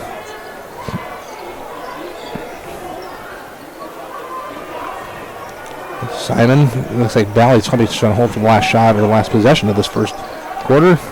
And they just working it around. Curry thought about taking the 3-shot, didn't take it. Yeah, I think you saw that clock. It said 15 seconds, that's too early. Oh, and there's a steal there by Johnston. Here they come back the other way. Bacon pulls up for a 3. No good. And it's a fight for the rebound. Curry just going to throw it all the way up at on the other end. Usually when they kind of trajectory, it kind of looks like they're going to go in, but nonetheless, it is 11-9 at the end of this first quarter. A very entertaining first quarter. Yep. And a lot of up and down here by both teams to start the ball game. Yep. It's so far like Jared Bacon has 5 for Johnston, as well as number 10, Kramer with 2, and number 22, Proctor with 2.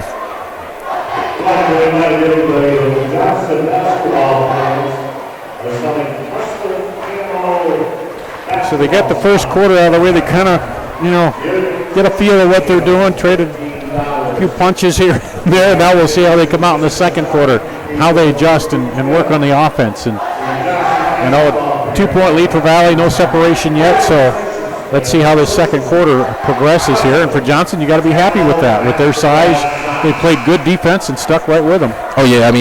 Coach Sandquist, down 11-9, he's got to feel good, but this is kind of the traits. Coach Sandquist, stresses playing hard. He's got a good group of assistant coaches. Like you said, he knows how to win. And this Valley team, talk about their physical and with their size.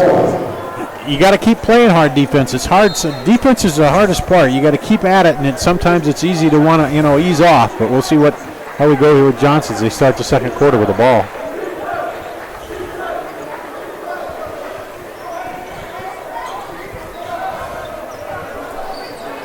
There's Johnston. Coach Sandquist yelling out a play call from the bench. Johnston definitely wants to get number 20, Eric Francis, involved. He's a playmaker for Johnston. Yeah, now some zone by Valley, looks like. There's Francis. Yeah, just if we talk about everybody playing hard man-to-man, they go back into the zone. Yeah, got a great defense so far. I mean, just not letting John. I mean, I think Johnston looks like they want to work something inside or try to get an outside shot, and they're just not letting them have it. They're getting two guys right away on Proctor. They're kind of 3-2 with Carlo Marble in that center spot there. And that way you maybe get a trap out front. And there's a wide open Dawson Jones underneath the bucket, and he gets it. Yep. Johnston worked that ball, found a seam in the zone, found Dawson underneath.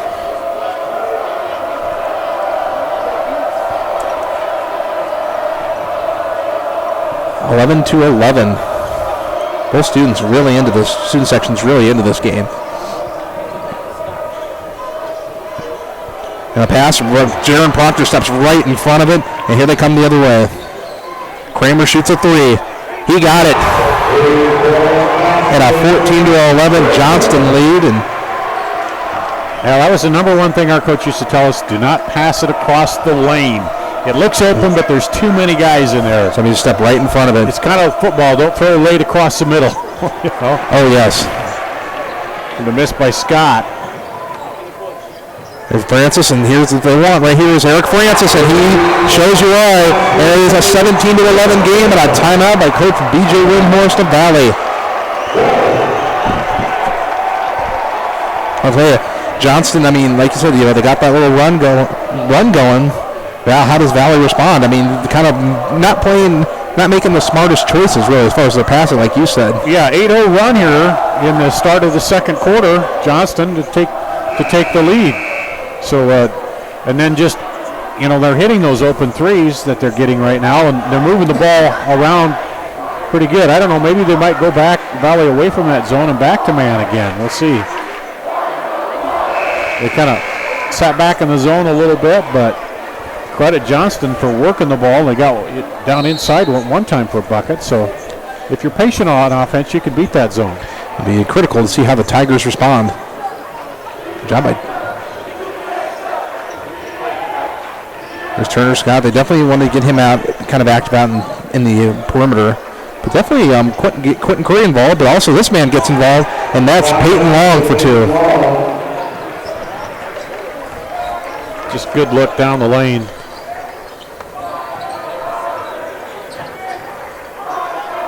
It looks like they are back in the man now. What kind of was working for him, though, in that first quarter. Going back right to it as Kramer pulls up for a three. He gets it. And Grant, that's 3 threes in a row there for the Dragons. Yeah. And Johnston's kind of sensing something. Valley kind of sagged in the middle a little bit. It was Peyton Long kind of sagged off him a little bit. And here could be the difference maker for Valley right there as Curry puts it up for two. Definitely need to locate these outside shooters if you are Valley.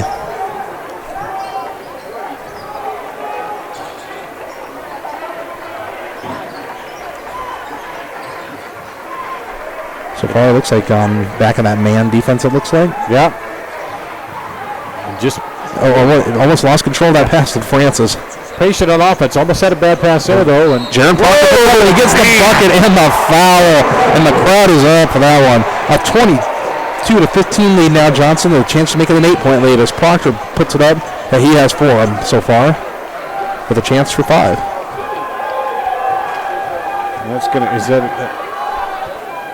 And he makes it. Economos got the foul, I believe. Yep, that was Economos. He did get the foul.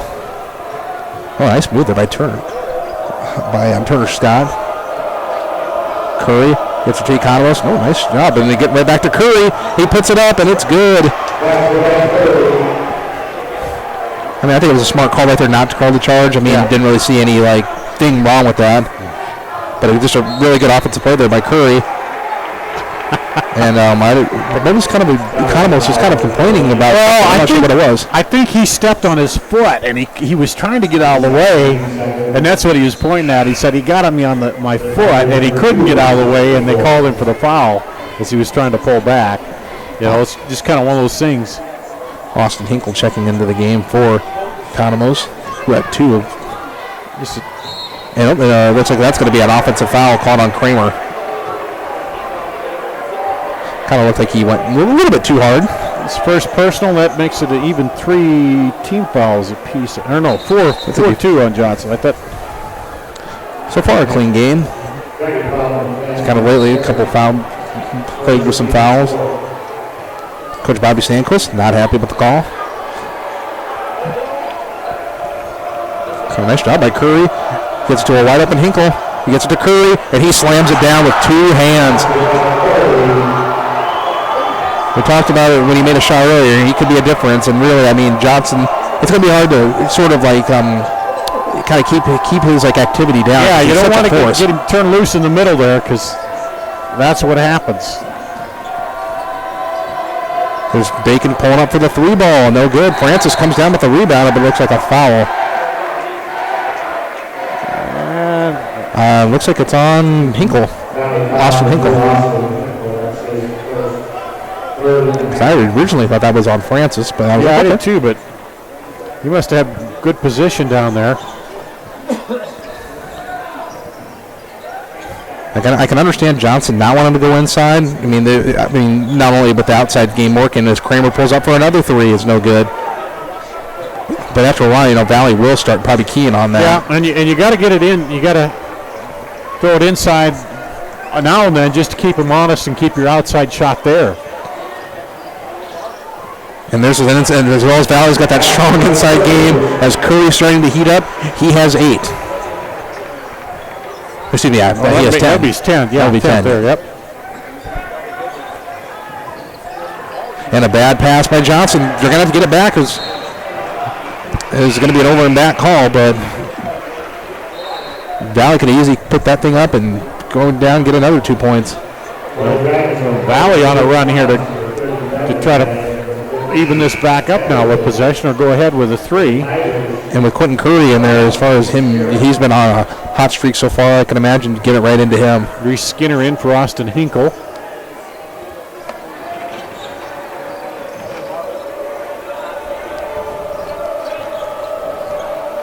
There's Marble. There's Curry. Yep. And he pulls up for a 3. Marble, nothing but nylon. And a 1-point Valley lead. They just claw their way right back into this game. Now here's where Johnston can't get, don't get in a hurry. Don't throw up a quick shot. Work it and get a good shot here. And they just, I don't want to say they got too complacent with the lead, but just sort of like, they kind of let Valley a little bit back into it. And a timeout is called by Coach Sandquist. Yeah, Credit Valley, they turned up the defense a little bit. And then they took away that inside pass, and that, forced Johnston into just the outside game.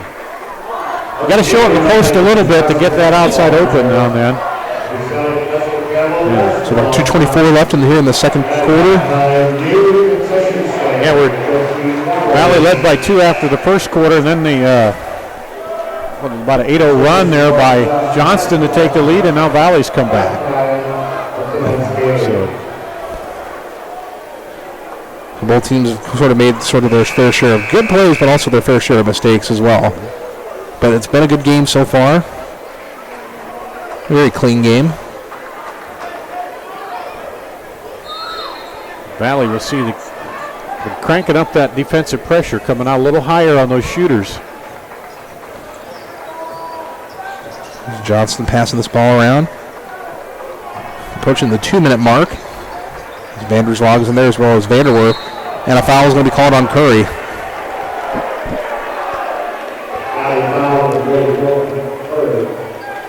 Looks like they try to pass him there to Vanderwerf. Yeah, credit Vanderwerf. He got Curry on his back hip, and Curry had to come around him to get the ball and picked up the foul. And maybe not the most ideal pass, and that's Turner Scott makes him pay for it, and he lays it up for 2.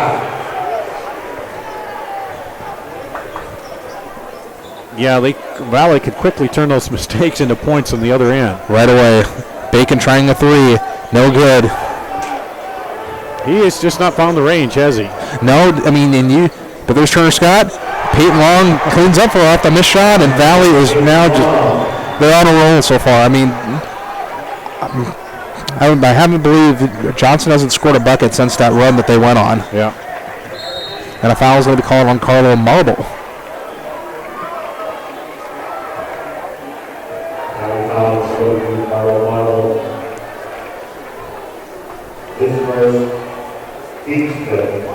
Fifteen foul now on Valley. Tom's looking for him. Open man does get it to Bacon.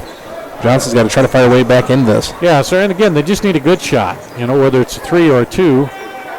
Work the ball. And there's going to be a foul. Is going to be called on Long. It kind of looks like maybe with the body. Yeah. With that Valley defense pressuring out farther and farther toward the half line that time, and then Long just a little too much. And pick up the foul. A couple players coming in for Johnston. Looks like that's number 14 seeing his first action of the game. That's Jaden Kephart. With the pace of this game, I think coach is trying to give some of those guys a little rest here. Oh yeah, with such athlete. I mean, Valley has some tremendous athletes. I mean, since Johnston's run, they just made him play with a lot of just tremendous athletic plays.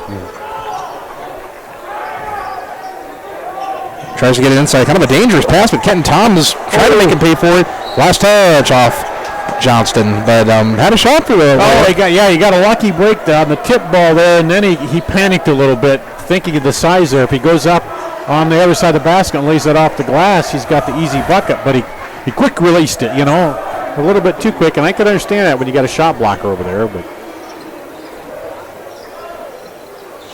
we'll see with Valley if they slow the offense up or he'll get inside to Curry. He puts it up. No good. He gets his own rebound. He puts it up, and a foul is called.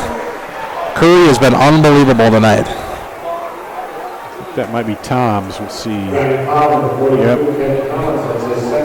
Second, and the team's sixth.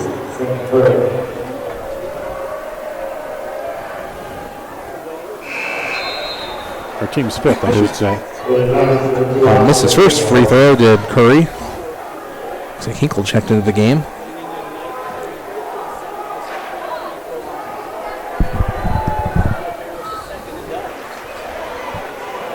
And here comes Johnston.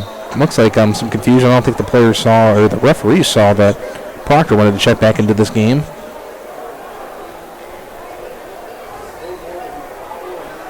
So 11 points for Quentin Curry here in the first half.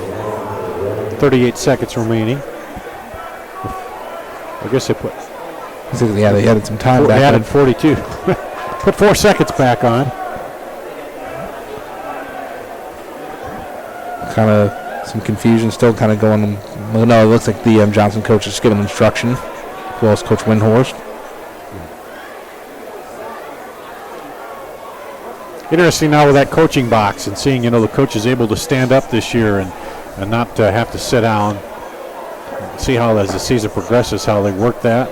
I got to imagine for somebody like Coach Stanquist, I think that was a good thing to happen. I don't know if he could stand, sitting down that entire time. He's at least for my first year, I started broadcasting games at Johnston. Coach Stanquist was one to always get up and definitely use more than the coach's box. Yeah. And not being wild and crazy, but more just giving instruction and whatnot. And I don't know if the seatbelt rule is the best rule for him. Different coaches have different ways. Some could sit there the whole time and direct, and then others, the energy ones where they got to get up and move a little bit.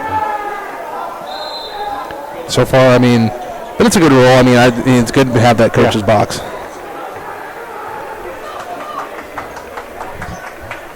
Now we'll see if Johnston tries to play for one here. Down 6. But with that defense, like you're saying, definitely trying to get Johnston a little more further out. Hinkle's playing great defense there on Proctor.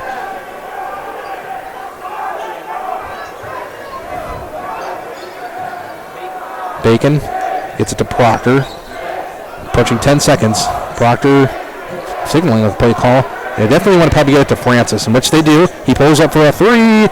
It's no good. But, Kramer gets the rebound, and he has it. And that could be the end as Turner Scott pulls up a 3 at the end. Oh, so close right there. Right off the backboard. Didn't go in, but at the half, it looks like it's going to go in. Johnston leading 29-25. Excuse me, Valley leading 29-25 over Johnston.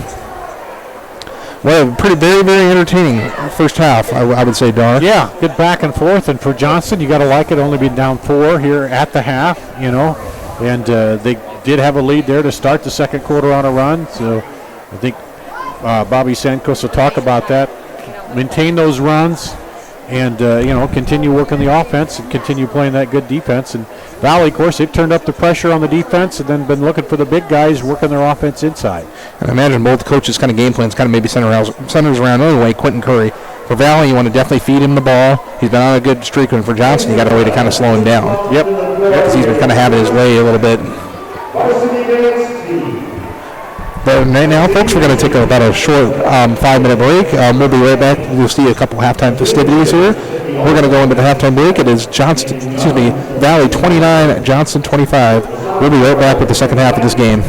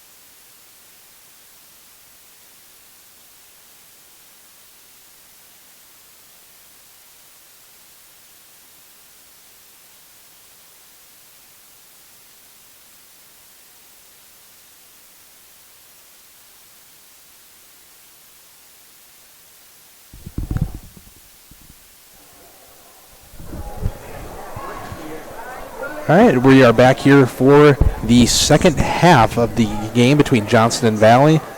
Kate Jones here with Dar Danielson. Dar, so far a very, very entertaining first half. Definitely provided a lot of the highlights for us. Yeah, pretty tight game there for both these teams. We'll look at the scoring for Johnston. Grant Kramer with 10, Jared Bacon with 5, Jaron Proctor with 5, 3 for Eric Francis, 2 for Dawson Jones. For Valley, the big man inside, Quentin Curry, has 11. He's been the go-to guy. Then 5 for Carlos Marble, 4 for Peyton Long, and then 3 apiece for Logan Simon, Turner Scott, and Pete Economos. So, Quentin Curry, double-digit game, and Grant Kramer, but really the offenses and some good defense played here. It was Valley 11-9 after 1, and then at the half here, 29-25, they widened that to 4, but Johnston did make that 8-0 run to start the second quarter and took the lead there for a little bit, and then Valley came back. So we'll see here. I don't think. Let's see, 2 fouls on Pete Economos, 2 on Kenton Tom. So really no foul trouble for either of these teams here. So it's going to be. We'll see if Valley wears them down here in the second half, or if Johnston can stay with them. It got to be a little bit of running game there for a while, and then it kind of slowed down a bit. Yeah, I think the start of this third quarter is going to be critical, because one thing about this game, it's been a game of momentum in a way. Yeah. And I think whoever starts out fast, kind of playing smart, fundamental basketball, really will have the edge by when this game's done. I mean, if Valley would get off to a run here and build the lead up a little bit, and then kind of hold Johnston off, because then you force Johnston into trying to, it puts a little more pressure on those outside shots when you're behind and you're trying to, stay in it.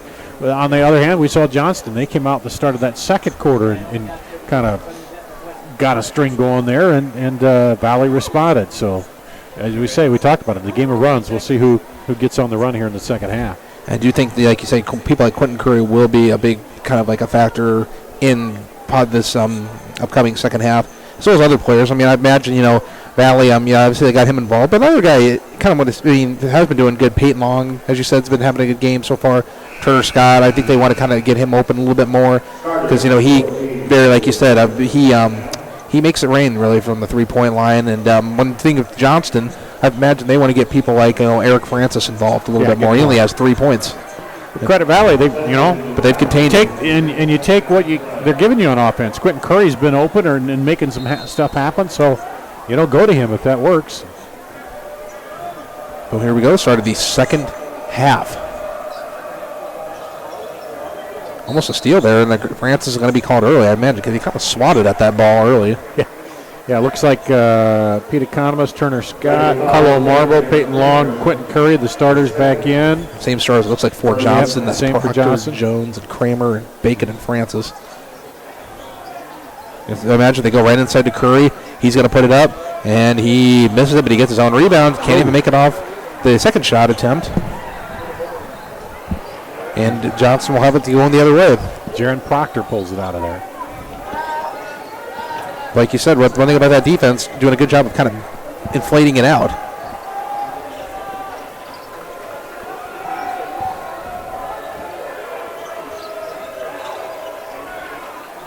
There's a pass inside, a dangerous pass, whose last touch is off on, looks like Valley. Probably wasn't the most ideal pass to make. He kind of got up in the air and got off balance a little bit, and then tried to fire it in there behind the defense, but Johnston needs to be patient. Find that open shot. Yeah, I mean, those things will open. You just can't really force it. I mean, kind of play, but kind of like the mistake. They have been making mistakes like that. Kind of some bad passes. Trying to force it between two guys. And there's Turner Scott. He gets involved. Not that he hasn't been involved earlier in the game, but, I mean, just kind of get him going. Yeah, and he makes you pay for your mistakes. He's very athletic. Gets right down the floor where he needs to be. Another not a good decision made there by Johnston. And they're going back the other way. Economos pulls up for a three. It's no good. Man, that would have really been a backbreaker. Yeah. And there's a charge. going to be called as Proctor came really hard in there on Economos. Proctor's first. Here. Yep. The first to the second half, too. Yeah. Isn't it? They had two up there, but I think it was only the first one, wasn't it? Yeah, Francis had that. Yeah, that's Proctor's first one. Francis had the first foul. Oh, that's right. Yep, I forgot that.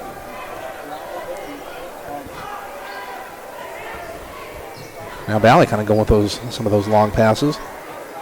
Imagine one working into Curry, but Carlo Marble pulls up for a three, no good. And look who gets the rebound, Mr. Curry. They're going to go right inside to him.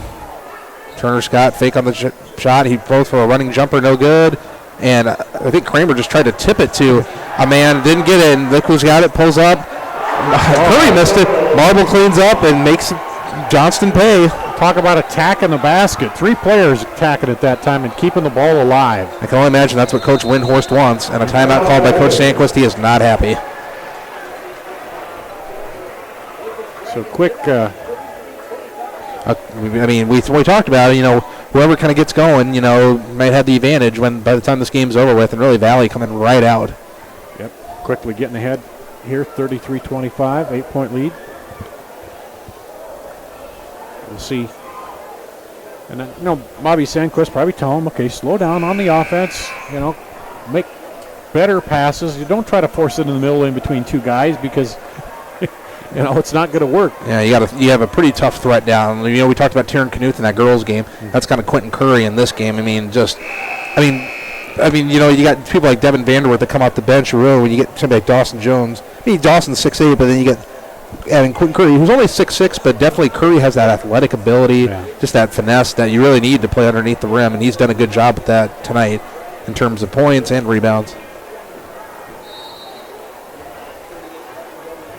You hate to say key possession this early in the second half, but, you don't get a bucket and Valley comes down, they could extend it to a 10-point lead. Valley's just, and here's Bacon pulling up for the three, no good, but it goes right into the hands of Dawson Jones. He dishes back out to Proctor. There's a three on the ear for Eric Francis. It's good, and that's really what Johnston wants. And they're going to, if they want to get back in this game, Eric Francis is going to be key. And inside, and then he looked for the open man outside, and he pops the three. And a long lead pass from Economos, one of the three.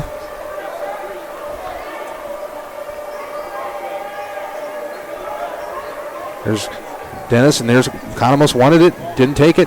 You're going to get inside to Curry. He's been pretty automatic from inside. And the shot is no good. Had a chance for the bonus, for the one, but couldn't get it. But he's going to the line. Yeah.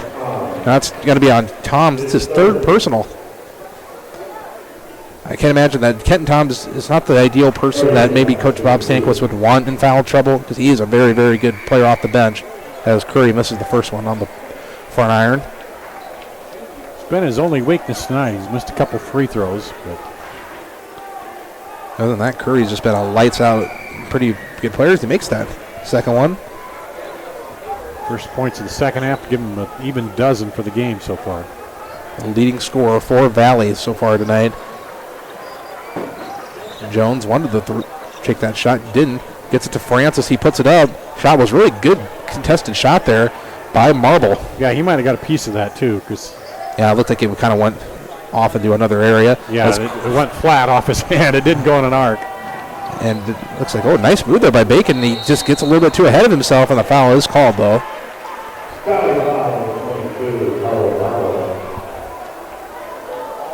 Carlo Marble, rather. With now it's like Carlo Marble with his second personal. Carlo with 7 so far. They just ran inside. I think they kind of almost caught Valley by surprise. I think they wanted just maybe a quick shot with Bacon that did not get it.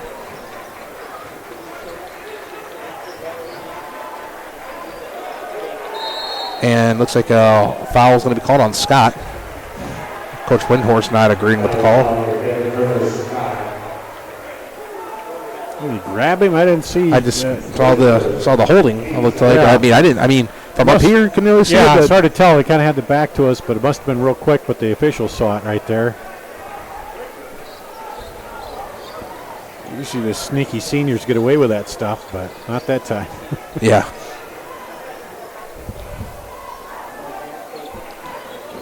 Trying to work this ball around is Johnston. There's a running jumper by number 20, Eric Francis, and he wanted, Dawson Jones had the right idea to try to get it back, but Valley was just waiting right for it.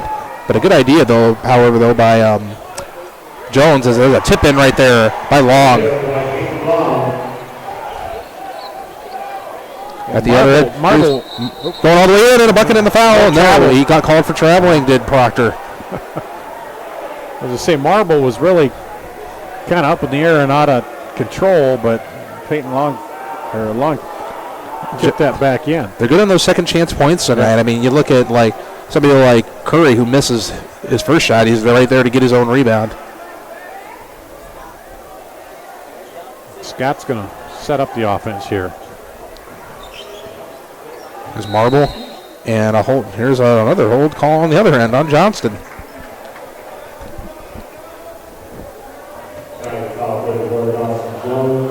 Fouls on Dawson Jones. Yeah, they ran too high at the free throw line and double stacked down low, and it's hard to defend that. Valley's starting to kind of play their type of ball the way they want to get going. And there's Quentin Curry puts it up, no good. And look, the second chance wins were kind of big as Marble, and a bad decision there made by Eric Francis, and it gets it right to Quentin Curry. He just throws it down with 2, and he's fired up into that one. And we have a whistle on the floor. Not sure what the call. It definitely wasn't. Looks like they're talking to Coach Windhorst about something. Probably, maybe protest a little bit too much, maybe. Oh, did he hang on the rim? I don't know, but I'm not sure. But the Valley players are pumped up. Up to a 10-point lead, the biggest lead of the game here for Valley. And just critical errors. It looks like officials are saying, kind of instructing something to the down to the booth, but yeah, largest lead of the game. We got 2:55 left in the third. Valley's starting to play the game they really want to play. Johnston only scored 3 points in this third quarter, and that's just made a huge difference. And on the offensive boards, they're just relentless. You got 3 guys flying at the bucket every time when that ball goes up. If it comes off there, they're playing above the rim too. They're up there and boom, putting it right back in, and it's hard to hold them off the boards. Bobby Sandquist is probably saying, you got to find somebody to get on them and try to get a body between them when that shot goes up. The trouble is they're big too, but they're quick. They're getting around the defender real quick at the basket. So I see it right when they see that ball kind of go off the rim, they're just right there to get it. But you got to give, a lot of credit to the players, but a lot of credit goes to Coach Windhorst for coaching. Hey, ball's loose, ball's live, go get it.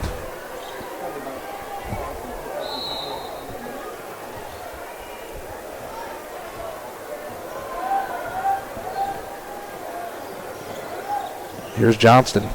They're back at the other. Yeah, they kind of wanted a lob pass, but just that Valley could just step right in front of it.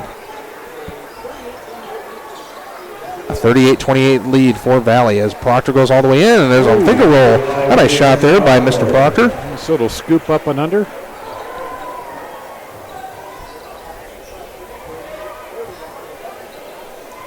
Johnson just want to stay close. Don't let him get it, too far out. There's Carlo Marble. He pulls up for a short jumper. Good. Carlo Marble for 2. He has 9.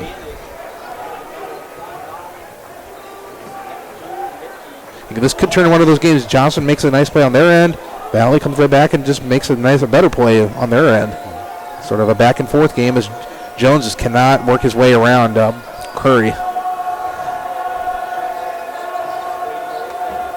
There's Bacon a long 3-point shot. He got it. I thought almost a little bit too far out of Bacon's range. He's put up several. That's his second 3. But here's Marble back the other way. Oh, my goodness. He hits a 3, and it's back to a 10-point lead. Just back. Just like I said, they make a good play. They make a good play. Built that double-digit lead, now just and Bacon pulls up for a 3. Probably not the shot you want to take, and a last touch was off of Johnston. Kenton Tom's really battling in there, trying to get that ball, but it's kind of a lot of frustration. It's kind of shown on some of the faces of Johnston. Crowley coming in, replacing Quentin Curry, giving him a little breather. Reese Skinner comes into the game. Yeah, give Economist a breather here too. Toward the end of the third, get them ready for the fourth quarter. Boy, is Carlo Marble really, I mean, a couple big points so far in this third quarter so far. They're going all the way in is Peyton Long, and he gets for 2. The Tigers are throwing haymakers. 8 points for him now. Vanderswag. This is kind of what you talked about earlier. You don't want to be throwing it up pretty much. But here's a 3-pointer for Vanderswag's no good, and a foul is called on Valley. But I know, Dar, you mentioned this in the girls' game. This is kind of not the ideal situation to be throwing up those threes because you're only down by 12. There's still a quarter left. If it's a good open 3, yeah, but don't panic and try to throw the 3 up right away because you're behind. Because especially when you're a good rebounding team. Crowley with his first personal for Valley. There's a foul call. It looked like Tom's getting held right there, but officials did see it, and looks like another foul. It's 14 fouls, and the foul's on Crowley. Now we're going to see number 52, John Raridan, checking into the game. We talked about him earlier. Crowley came in and picked up 2 fouls, and now he's going back to the bench. So put some football pads. Coach Windhorst is saying, okay, 2 fouls is too many. Oh, nice job. And he blocked it again. That's 2 on 1 possession there by Carlo Marble. He's been great this second half, and he's just feeling it. I think he's starting to heat up, don't you? Oh, I believe so, too. 48-33. So far, Valley's just been relentless. And a 3-point shot made by Vanderswag right there. With 20 seconds left in this third quarter. And we talked about Curry was, a big difference in that first half, and now Carlo Marble really starting to come on as well. He has 14.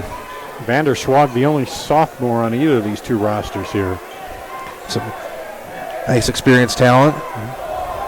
And is there Scott? You got to imagine here they got to fight for Skinner. He puts it up, and a shot is blocked. And Raridan, John Raridan, I thought he was going to put that one back up and good. I'm like, the big man getting involved, but he misses. But a good effort there by Raridan, and it's 48-36 at the end of 3. Yeah, it's 48-36, but it's an entertaining 48-36. A lot of bodies are flying everywhere, and you got to give a lot of credit to Valley, especially Carlo Marble, really playing a great third quarter. Valley outscored Johnston 19-11 in that quarter to up their lead to 8. Or excuse me, 12. Yeah, we got a 12-point lead. I wasn't that good at math, It's just like. Oh, I don't worry, Dar. I was not very good at math either. I think I only made it up to math. I was lucky enough to get to 100 really in college, but I don't know, as a criminal justice major, don't really need a whole lot of math. Yeah. I took a Q stats class. I like stats better than math, than regular drawing triangles and all that stuff. Yeah, they did. But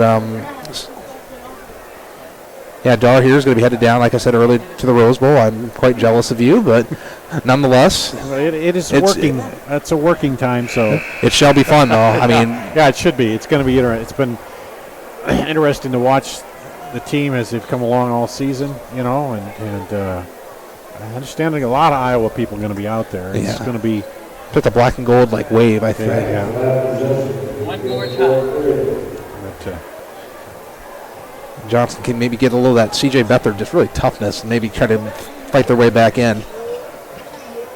There's Kramer going all the way in.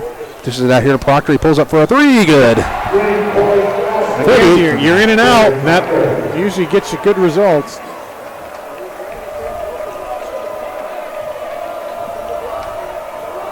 A 48-39. You got to, Valley, like I said, no time to panic. Do what's been going good for you so far tonight, really. There's Turner Scott going all the way. What a nice move by Scott. Kind of one of those coming at you with a fastball. Oh, we'll come back with a curveball. And they had to respect the big guy in there too, and the defenders didn't know. Do we pick him up on the baseline or do we stay with the big man? And Scott just made him pay for the indecision. And that fast twitch of Scott, he can easily just get it right to Curry. This is a very just a quick Valley team as looks like Hinkle comes back into the game. The Iowa City team over there they won, 3 in a row, then they finished second last year, and with a young squad that's a lot of them coming back, they're one of the teams to look at right now. But this Valley team, seen a lot of the size and the quickness as they build on here. You got to think they're looking down the road to be a contender too. And with all the tough competition they'll see in the CIML, I mean, we're not just seeing. You're not going to see Johnston. They're going to be see Dowling. They're going to see Waukee, and all the Ankeny schools are very tough. So, I mean, Iowa City West. I mean, they'll see good competition, but the Des Moines schools are just very good. As a nice bucket there, I believe, by Curry. A 52-39 game. 16 for Curry. And Bacon pulls up for a 2.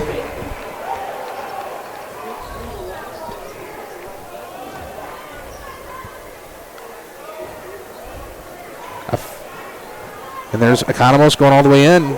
Did the smart thing, getting out to Carlo Marble. And he did a really smart thing, getting out to Carlo Marble as Marble nails the 3. That is the 4th three-pointer by Carlo Marble now. Unbelievable. Kramer pulls up for a 3. He got it. It's been a very back-and-forth game as Coach Bobby Sanko's calling a timeout, probably to discuss some defense. Yep, and you're into a shootout now, but the trouble is you're down by 11, so if you're matching them basket for basket, you got to play a little defense and hit the basket and then try to get a stop on the other end. Otherwise, you're going to end up with the losing end of this.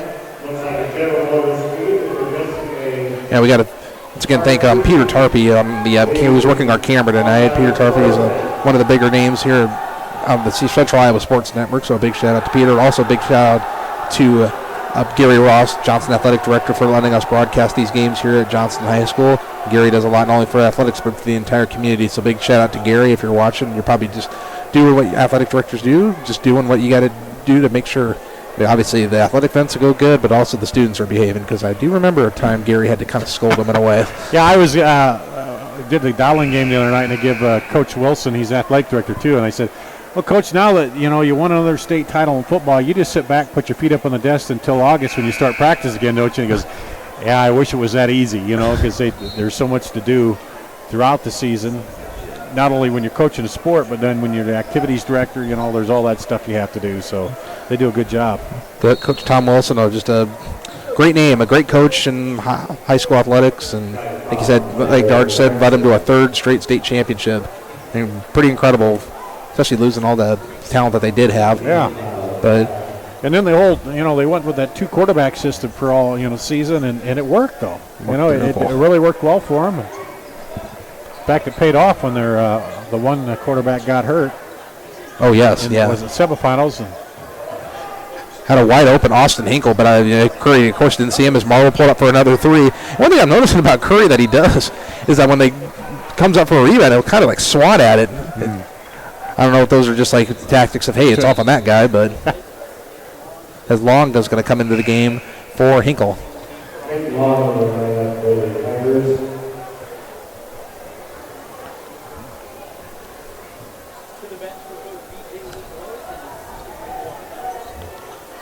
So again, Johnston looking to get a little run going if they can. There's Dawson Jones. Dawson kind of put up a shot, but he was kind of losing control of the ball as he was going up. So probably not the most ideal situation, really, to put up a good shot. Yeah, and the problem is Valley makes you work so hard to get an open shot and to get a good shot with the pressure defense. There's one thing about Turner Scott. He goes right in there, but it's called. The Johnson player looks like called for the foul. It looked like it was on Francis. Yeah, and that time the hesitation move worked for him. He just slowed a gear just for a minute and then back in and drew the foul. And Turner Scott, yeah, he's definitely shown me a little something tonight in terms of his ability to go inside, because I always kind of envisioned him more of the outside shooter, but definitely he's definitely showed the fast break style of his game. It's a 6-team foul. Valley being the 1-on-1 from here on out. And look who gets the rebound, Mr. Curry. He puts it up, and a foul is called. They got to be, that's one thing, you have to be ready. Because, Curry just flies right in there. And that's the 4th on Dawson Jones. He gets 2 back-to-back fouls. But Valley unable to really cash in on these free throws that Johnston's given them. Yeah, Curry's not had a real great night at the line tonight. From the field, it's a different story. But, yeah, definitely from the line, definitely had some struggles.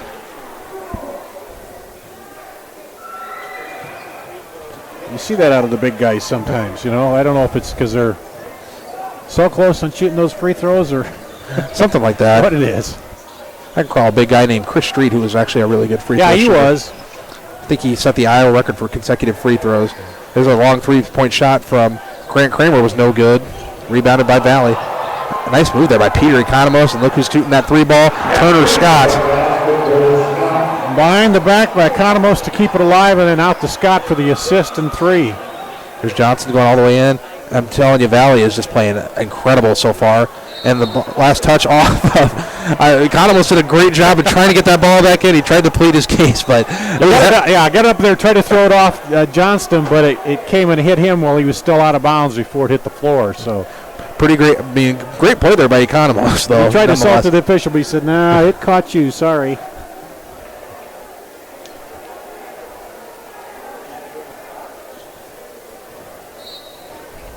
Inbound play. Oh, right open to Grant Kramer. He puts it up. No good. Curry with the rebound. Yeah, Curry didn't block that, but he kind of had a presence there. And a three-point shot was going to be called for a foul, setting three free throws. Yep, he'll get 3 free throws. I'm going to go on Francis's. That's Eric's second, looks like. And the first shot is good there by Marble. Gets it lead to 16. It's his first free throw of the night.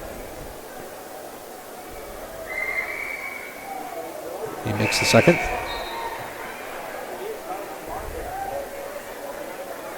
Gives him 20 points on the night. He's stepped up huge tonight. Did I count that right? See, the scoreboard looks like it's saying 18. Now he's got 19. So it looks like a 61-44 game. Yep, 61-44.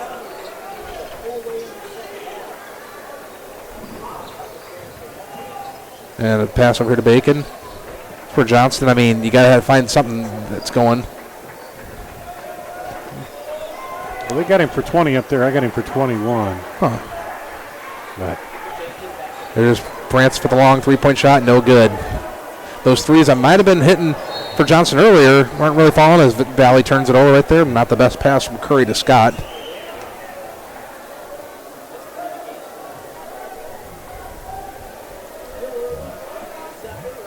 yeah, they're just not going to. Valley's just not going to let you get on a run to get back in this with that double-digit lead now. And they can respond pretty quickly. I mean, they score points in bushels. Those three-point baskets, those huge three-point baskets by Carlo Marble. Bacon with a long three-point shot, no good. It's 61-44. Putting up his Scott at a foul, out of bounds off of, look at Curry.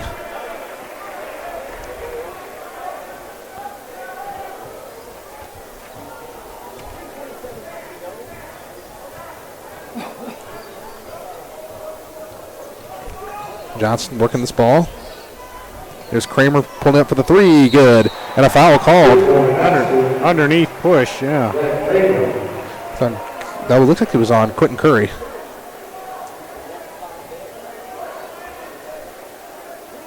And looks like does that basket count? Yeah, because I think it was on the rebound. Just Curry's second personal. 61-47. Kramer, Vanderswag, Francis.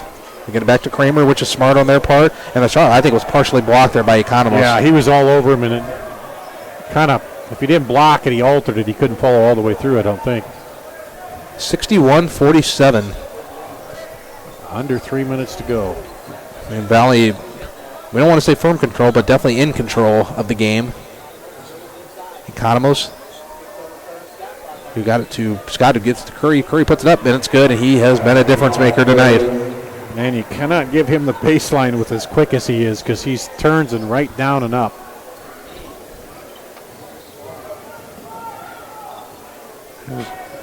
Vanderwerth just passing it around is Johnston. There's Vanderswag going all the way in. That shot is no good.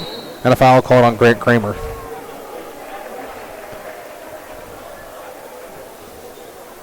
Should be his third, I believe. It looks like, yep, it should be Kramer's third. It looks like they're going to put in a couple players. Nussbaum, Kephart, and Toms look like they're coming into the game. 19 foul, so double bonus on the next foul for Valley.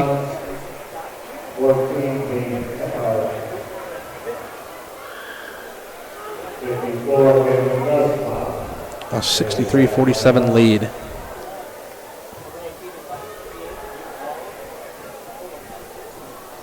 And the shot is no good, but look, gets the rebound. Curry, three-point shot by Marble. It's no good. Conomos gets the rebound. Conomos saves it, gets it right to Curry. Just everybody hustling to the ball. That's what it's going to take for, like you said, for Valley to make a good run at the postseason play. I mean, that's what they're going to need. Less than 2 minutes to go. Curry going all the way in. Looks like Valley's going to be substituting some players in. Kephart with the rebound. Tries a pass to Kenton Toms. He puts it up. It's no good. And Valley, nice job there by Carlo Marble. I thought Toms came down and fouled Curry, Yeah. but he kind of fell off him and they let him play. And Valley comes out of there with it. So we got John Raridan coming in. Austin Hinkle. Reese Skinner looks like coming in. Charlie Crowley getting ready to come in. Logan Simon. Number 40 coming in for Johnston. It's going to be Nick Lucas. A couple other players. Looks like kind of the point where Johnston's kind of conceded, yep. Jacob Meyer coming in. Grant Goose Gosling coming in.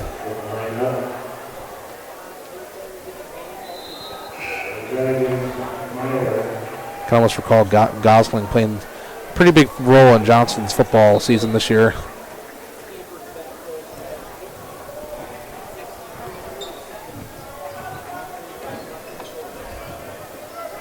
Nussbaum guarding Raridan, pulls up for a three ball to number 24. That was Nate Dennis. It was no good. Here comes Jacob Meyer, getting it to Vanderswag.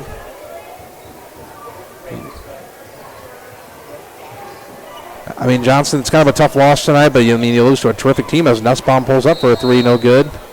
Foul on Charlie Crowley. Yeah, just wore them down. They got that lead in the fourth quarter and just, then mashed them. But you get the feeling on offense, Valley can just, boom, put on that spurt, hit the gas when they need to. Everybody crashing the board, inside, outside, and they just have so many weapons out there where they can score. So, an impressive, very impressive outings by the Valley Tigers tonight. Especially going into the Christmas break. Kind of what you always want to get a win before that it hits. And there's a couple missed shots by Johnston, being rebounded by, it looks like that was Charlie Crowley. Yep, they'll move to 6-0. Johnston will drop to 1-4, and a foul is called.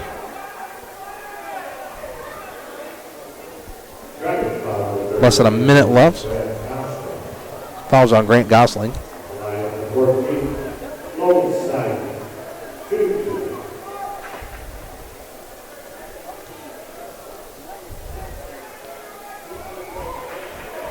Now, if there was a team, maybe that Valley maybe being one of the top upper echelon teams in the CIML, who could be another team that you think maybe could pose a challenge, like some of the other good teams?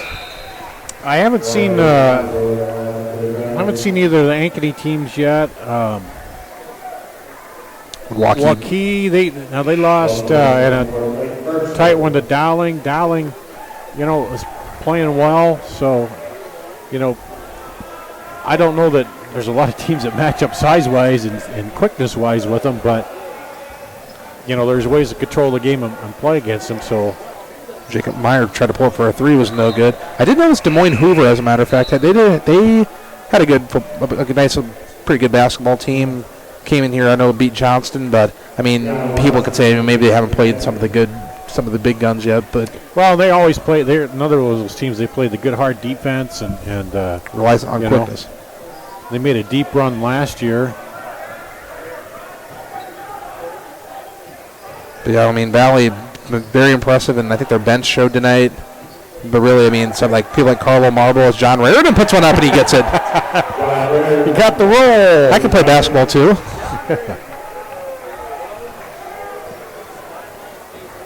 Yeah, just a slight fade away as he threw it up there and got the nice bounce on the rim to go down. 67-47. Puts it up to Meyer, and he's fouled.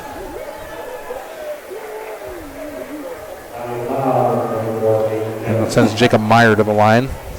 7 seconds left in the game.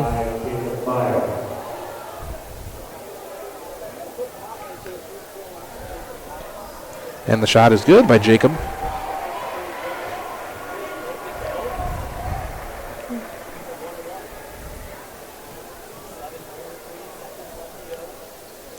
And he misses that second one.